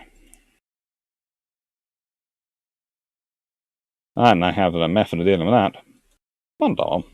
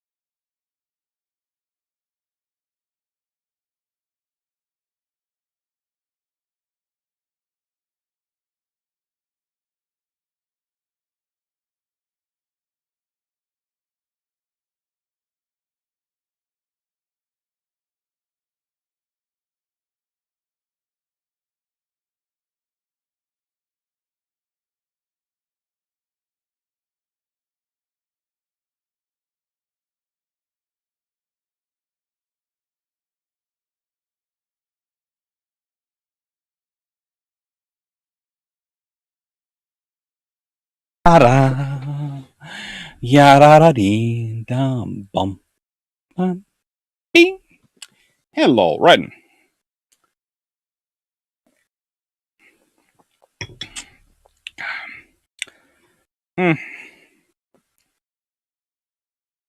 Geo Guy 1001. I guess my basic point is the carrier should not be looking for trouble at close range, period. Well, this is again why I support Venators and Battlestars as the model for future space carriers. Trouble is on a planet, in a naval sense, you can actually keep a carrier away from trouble. But if you've got a decent sized fleet and you're accepting fast and light travel capabilities, and the whole scenario of fighting in space, where your enemy could come from any angle and could work their way around from any angle, having a ship which doesn't have the ability to fight and defend itself would be quite silly. So it could be involved in a battle, could have sent its fighters off to take part, to attack the enemy, and the enemy could pop up from somewhere else. In which case, another group of enemy could pop up from. It needs to have the ability to defend itself, at least until its fighters can redeploy, or it can deploy more fighters. So, that's that. How about good captains who made bad animals? There are many of those, but my problem. Again, if we go to the Star Trek scenario,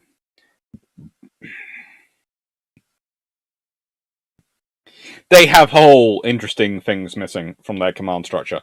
You have Captain Benjamin Sisko is basically running a fleet at one point, and he does this without being promoted and without having a staff And yes, there is an admiral above him, and he technically seems to be on that admiral's staff as his planning officer, which makes sense having a captain's planning officer.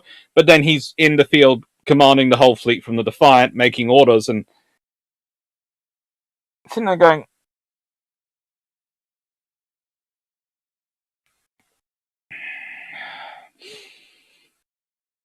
it's, yes, we can understand it because of the way the show is structured, but it doesn't make sense. At least make him a fricking Commodore.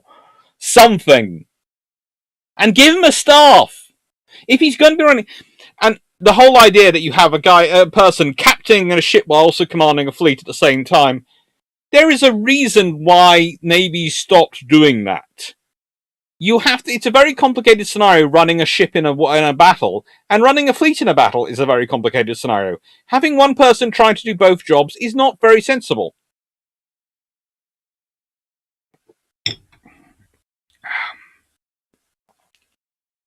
Calm guys, do you see torpedo boats? Who knows what's coming in World War One Adriatic?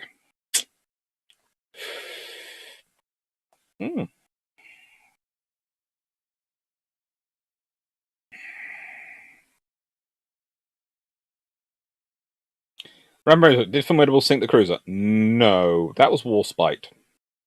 And several destroyers.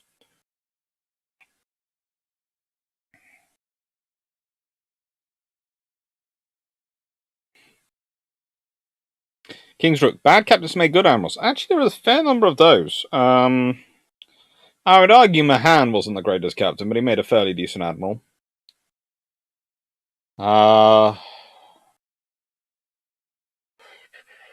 Philip Vian seems to have got better the higher rank he went.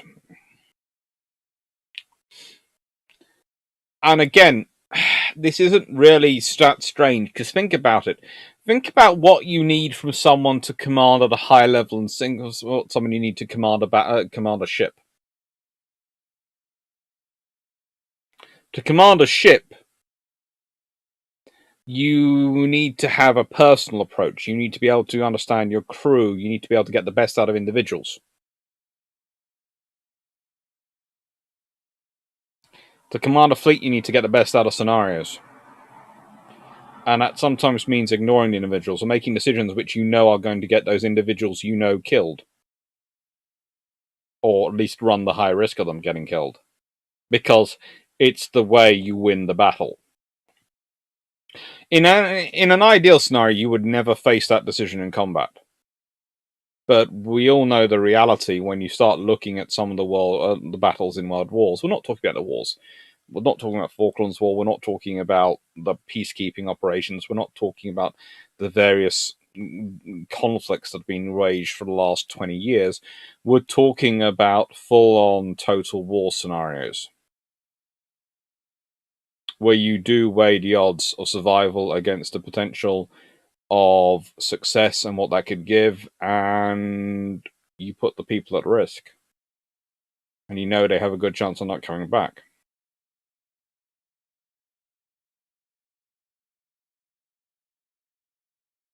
Seth Johnson, Andromeda or Venator if you were snapped into universe and by Q and could only captain one? I love the Andromeda. The Andromeda is probably my favorite of all space technology, but spaceships. But I would probably go Venator because I can maintain and operate a hyperdrive. I can understand that one, and I have a whole lot of aircraft and various other things that I can use. Whereas Andromeda, it has Romy, but it also has that lovely system of light, fast and light travel, which is basically, as far as I can understand it, a roller coaster where you have a rough idea where it's going to end before you jump into another roller coaster, and you have to be extremely experienced and to fly it. Just no. I love Andromeda, but Andromeda I would pick a Venator. Jeff, Starfleet is not a navy. It's yeah, it's interesting.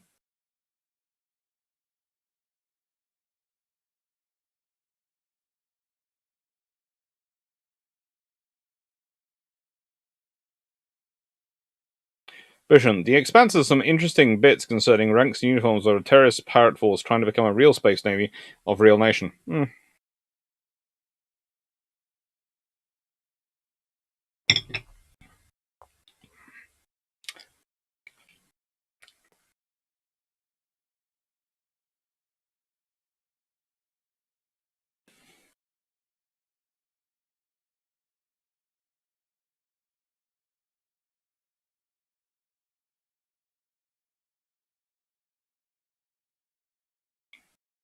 Avian Enterprise. Andromeda kind of lost me in last season.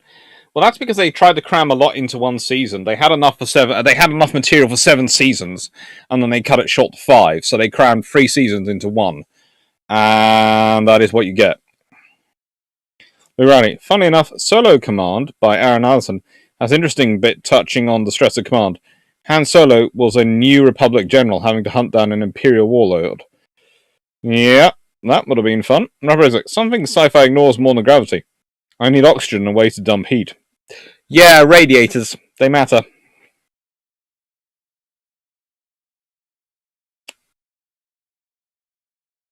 Nibula, the Expanse has no armies because Ty hates them, just navies and marines.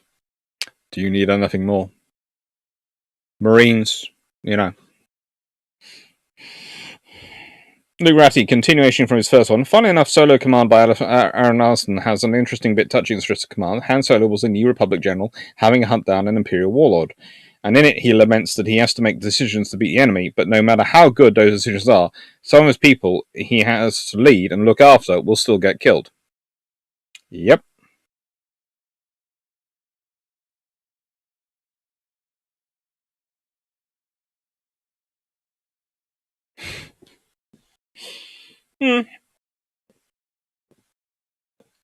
Oh.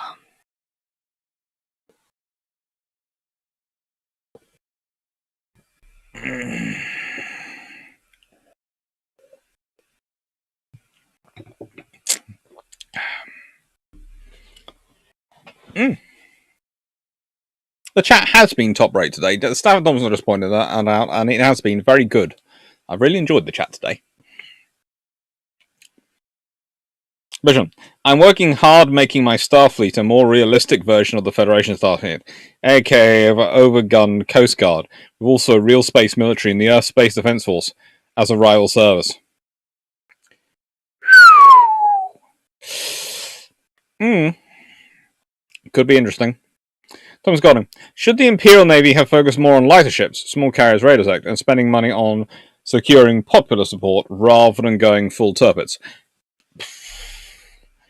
I would have said that a modified Venator, which looked different from Venator but built along similar lines to the Venator, would have probably been a better go for a capital ship, especially with better fighters. And I would have argued a decent cruiser. There were a few decent cruiser ideas around, but they don't seem to emphasize them enough. Would have been really good. I like the ship in the Mandalore. I think that's a fairly decent cruiser. And again, you would expect to have a lot more of those.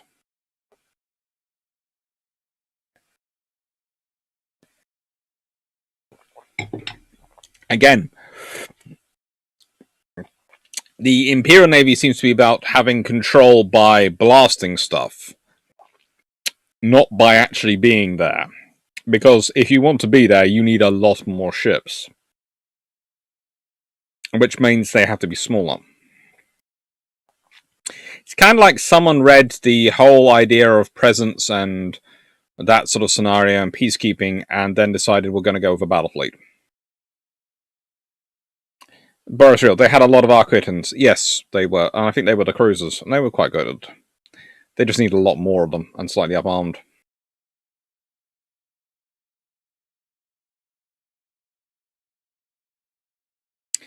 Of course, it's a Clone Wars design. Yeah, what I had to say is my favourite from the Clone Wars was the really fast troop transport. That was quite useful for the load of clone troopers. Robert Roosevelt, the Expanse is the maturation of your 40mm CIWS. Yeah!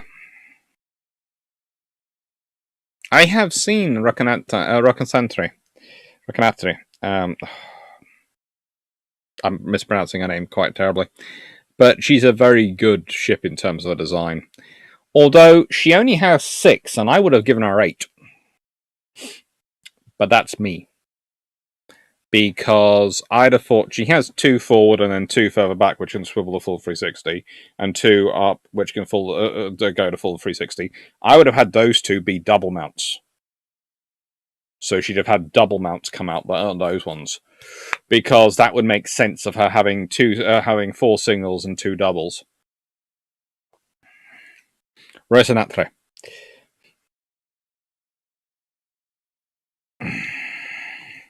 Sorry, it's been a long day.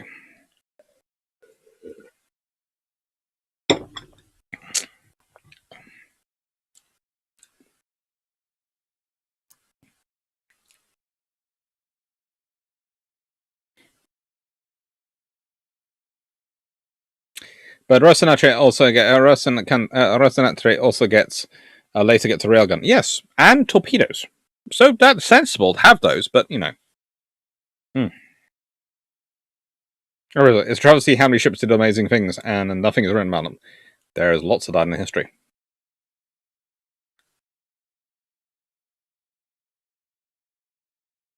Vision. My division between Starfleet and Space Force comes from thinking that Federation worlds would have their own Starfleet defense forces, not just Starfleet.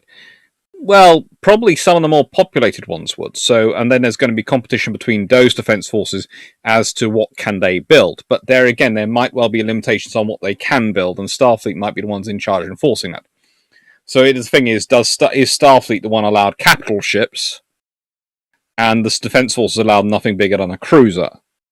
You'd be thinking more about a sort of treaty limits and what's allowed what, because those smaller ship planets which can't afford to have their defense force and rely entirely on Starfleet would not want the self-defense forces of the richer planets, which could afford their own self-defense forces, to have an oversized formation.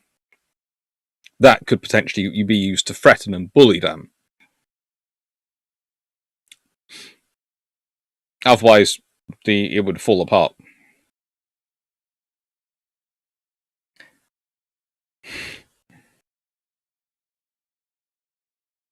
Thomas Garning. Working on a lace punk gunpowder fantasy where most of the Navy protagonist is wiped out by a revolution civil war, a la 1861, collapse of the world. Neil Hedgeman leads to massive rise in piracy. Ooh, that wouldn't surprise me. Stafford Thompson, Dr. Clark, last lotto didn't hit, but well, we can always hope for the lotto. For the lotto. And I see you've been making up lovely areas in your area for people to come and skate. That's very kind of you in Canada. Over here, we've barely had any... Well, I've had barely any snow. I think my girlfriend's had some snow.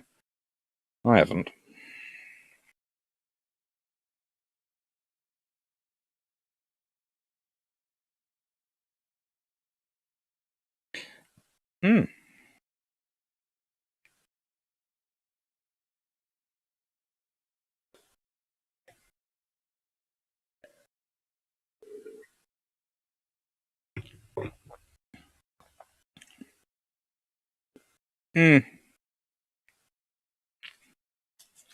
Cajun, or just limit them to sublight ships. But how would you be able to check that unless you had to come out regular audits? Size of ships you can check quite easily by just looking at them. Again, if they're limited to sublight, then you'd have to do regular spot checks to ensure they were sublight and make sure they weren't secretly building any which weren't. That'd be the problem. Basically, you can either go for a system which is going to give you lots of points of friction, or you can go for 6 obvious points of friction, or you can go for a system which is going to produce a lot of subtle points of friction. Because again, if they're allowed to build cruisers but not battleships, and there is constant funding debates for battleships for Starfleet, then it becomes a constant cruiser competition between the leading planets, and Starfleet's cruisers always kind of look second class, but people go, oh, that doesn't matter because you have battleships, but the reality is their battleships are never enough numbers and never updated enough.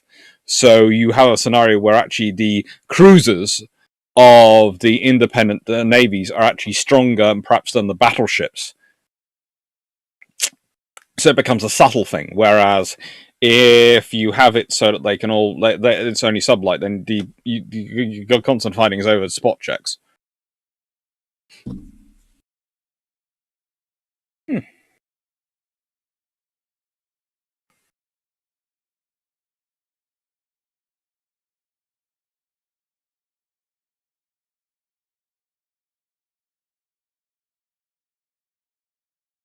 Raposa, in a more realistic scenario, planets will be responsible for their own defense. In a more realistic scenario, you'd expect there to be a planetary shield system at least, and some planetary-based defenses as well as some ships to do interrogation and identification of targets.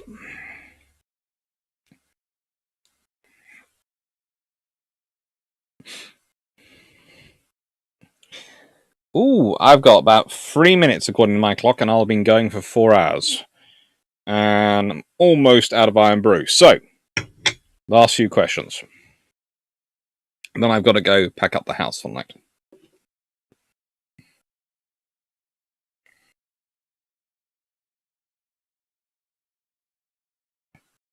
And check on my girlfriend. Most importantly.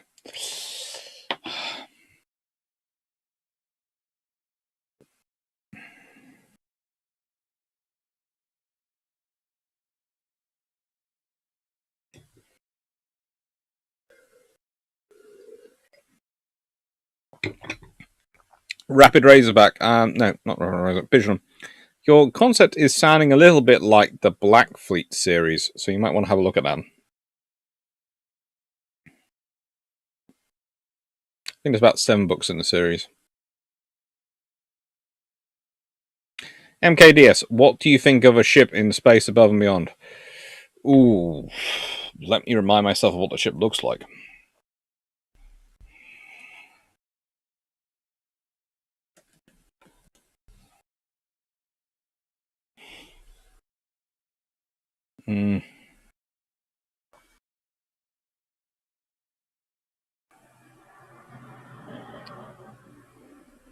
Let's see.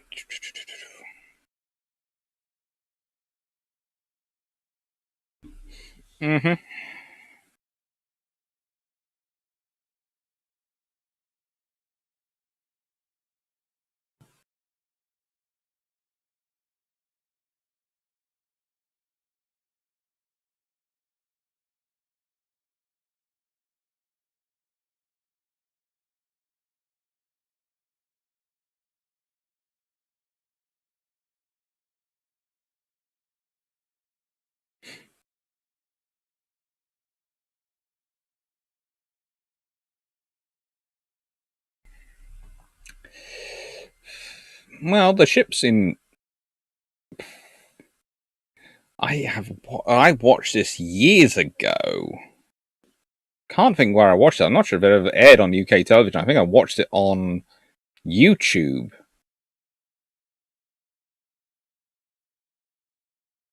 But, they're kind of interesting ships. They're nice, they're interesting designs. Got some interesting fighters, and the USS Saratoga was kind of cool. Lots of overlapping weapons fire.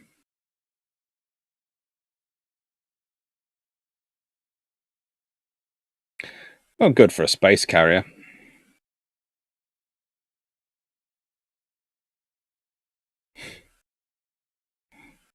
But again, had the whole ISD thing going on with its protection system.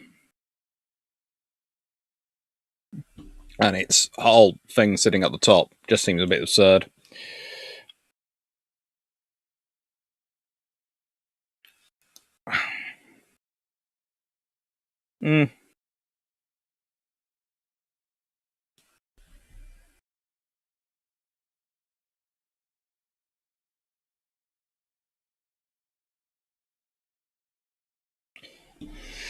Right. Sometimes, let's see. Space Marine ship is Saratoga, if memory serves right. You're just looking at that. Didn't Commonwealth nations have their own defense fleets? The Iron wasn't exactly local. I'm not sure. Well, again, if you look at the defense fleets, they tend to be limited to cruisers, destroyers, sloops. It's the RN which provides the battleships and the aircraft carriers in the sort of Empire, Commonwealth, Dominion structure. Age Enterprise, would you consider the Omega class destroyers from Babylon 5 to be battlecruisers? Cruisers, definitely. I'm not sure about battlecruisers. There's a sort of level at which I'd call them a battlecruiser, but I don't think. I'd say more cruisers. They're a bit more balanced than a battlecruiser.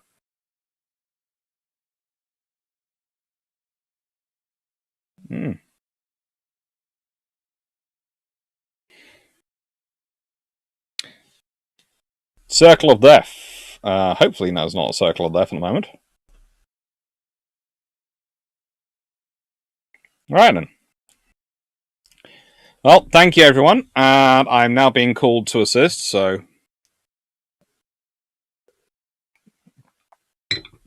Take care, GeoGuy. Take care, Calvin Gasbert. Take care, Kahedron.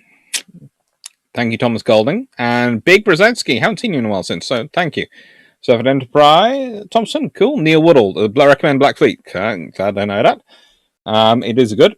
King's Rook, thank you. Albertaski, thank you. Melanie 16040, thank you. Nautical Wolf, thank you. Jess, thank you. Take care and have a nice evening. Kahedron, thank you. Boris Real, take care. Danra Khanhammer, take care. Yickers, thank you. Take care. Lucas Junch, thank you. Cal Umbrella, thank you. And Luke Rethy, thank you. Take care, everyone, and have a good evening. I hope you've enjoyed this. Yogi Khan, thank you. Confidential 1207, thank you.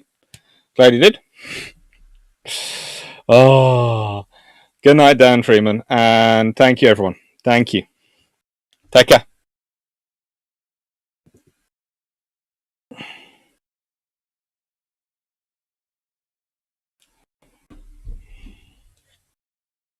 Thank you, everyone.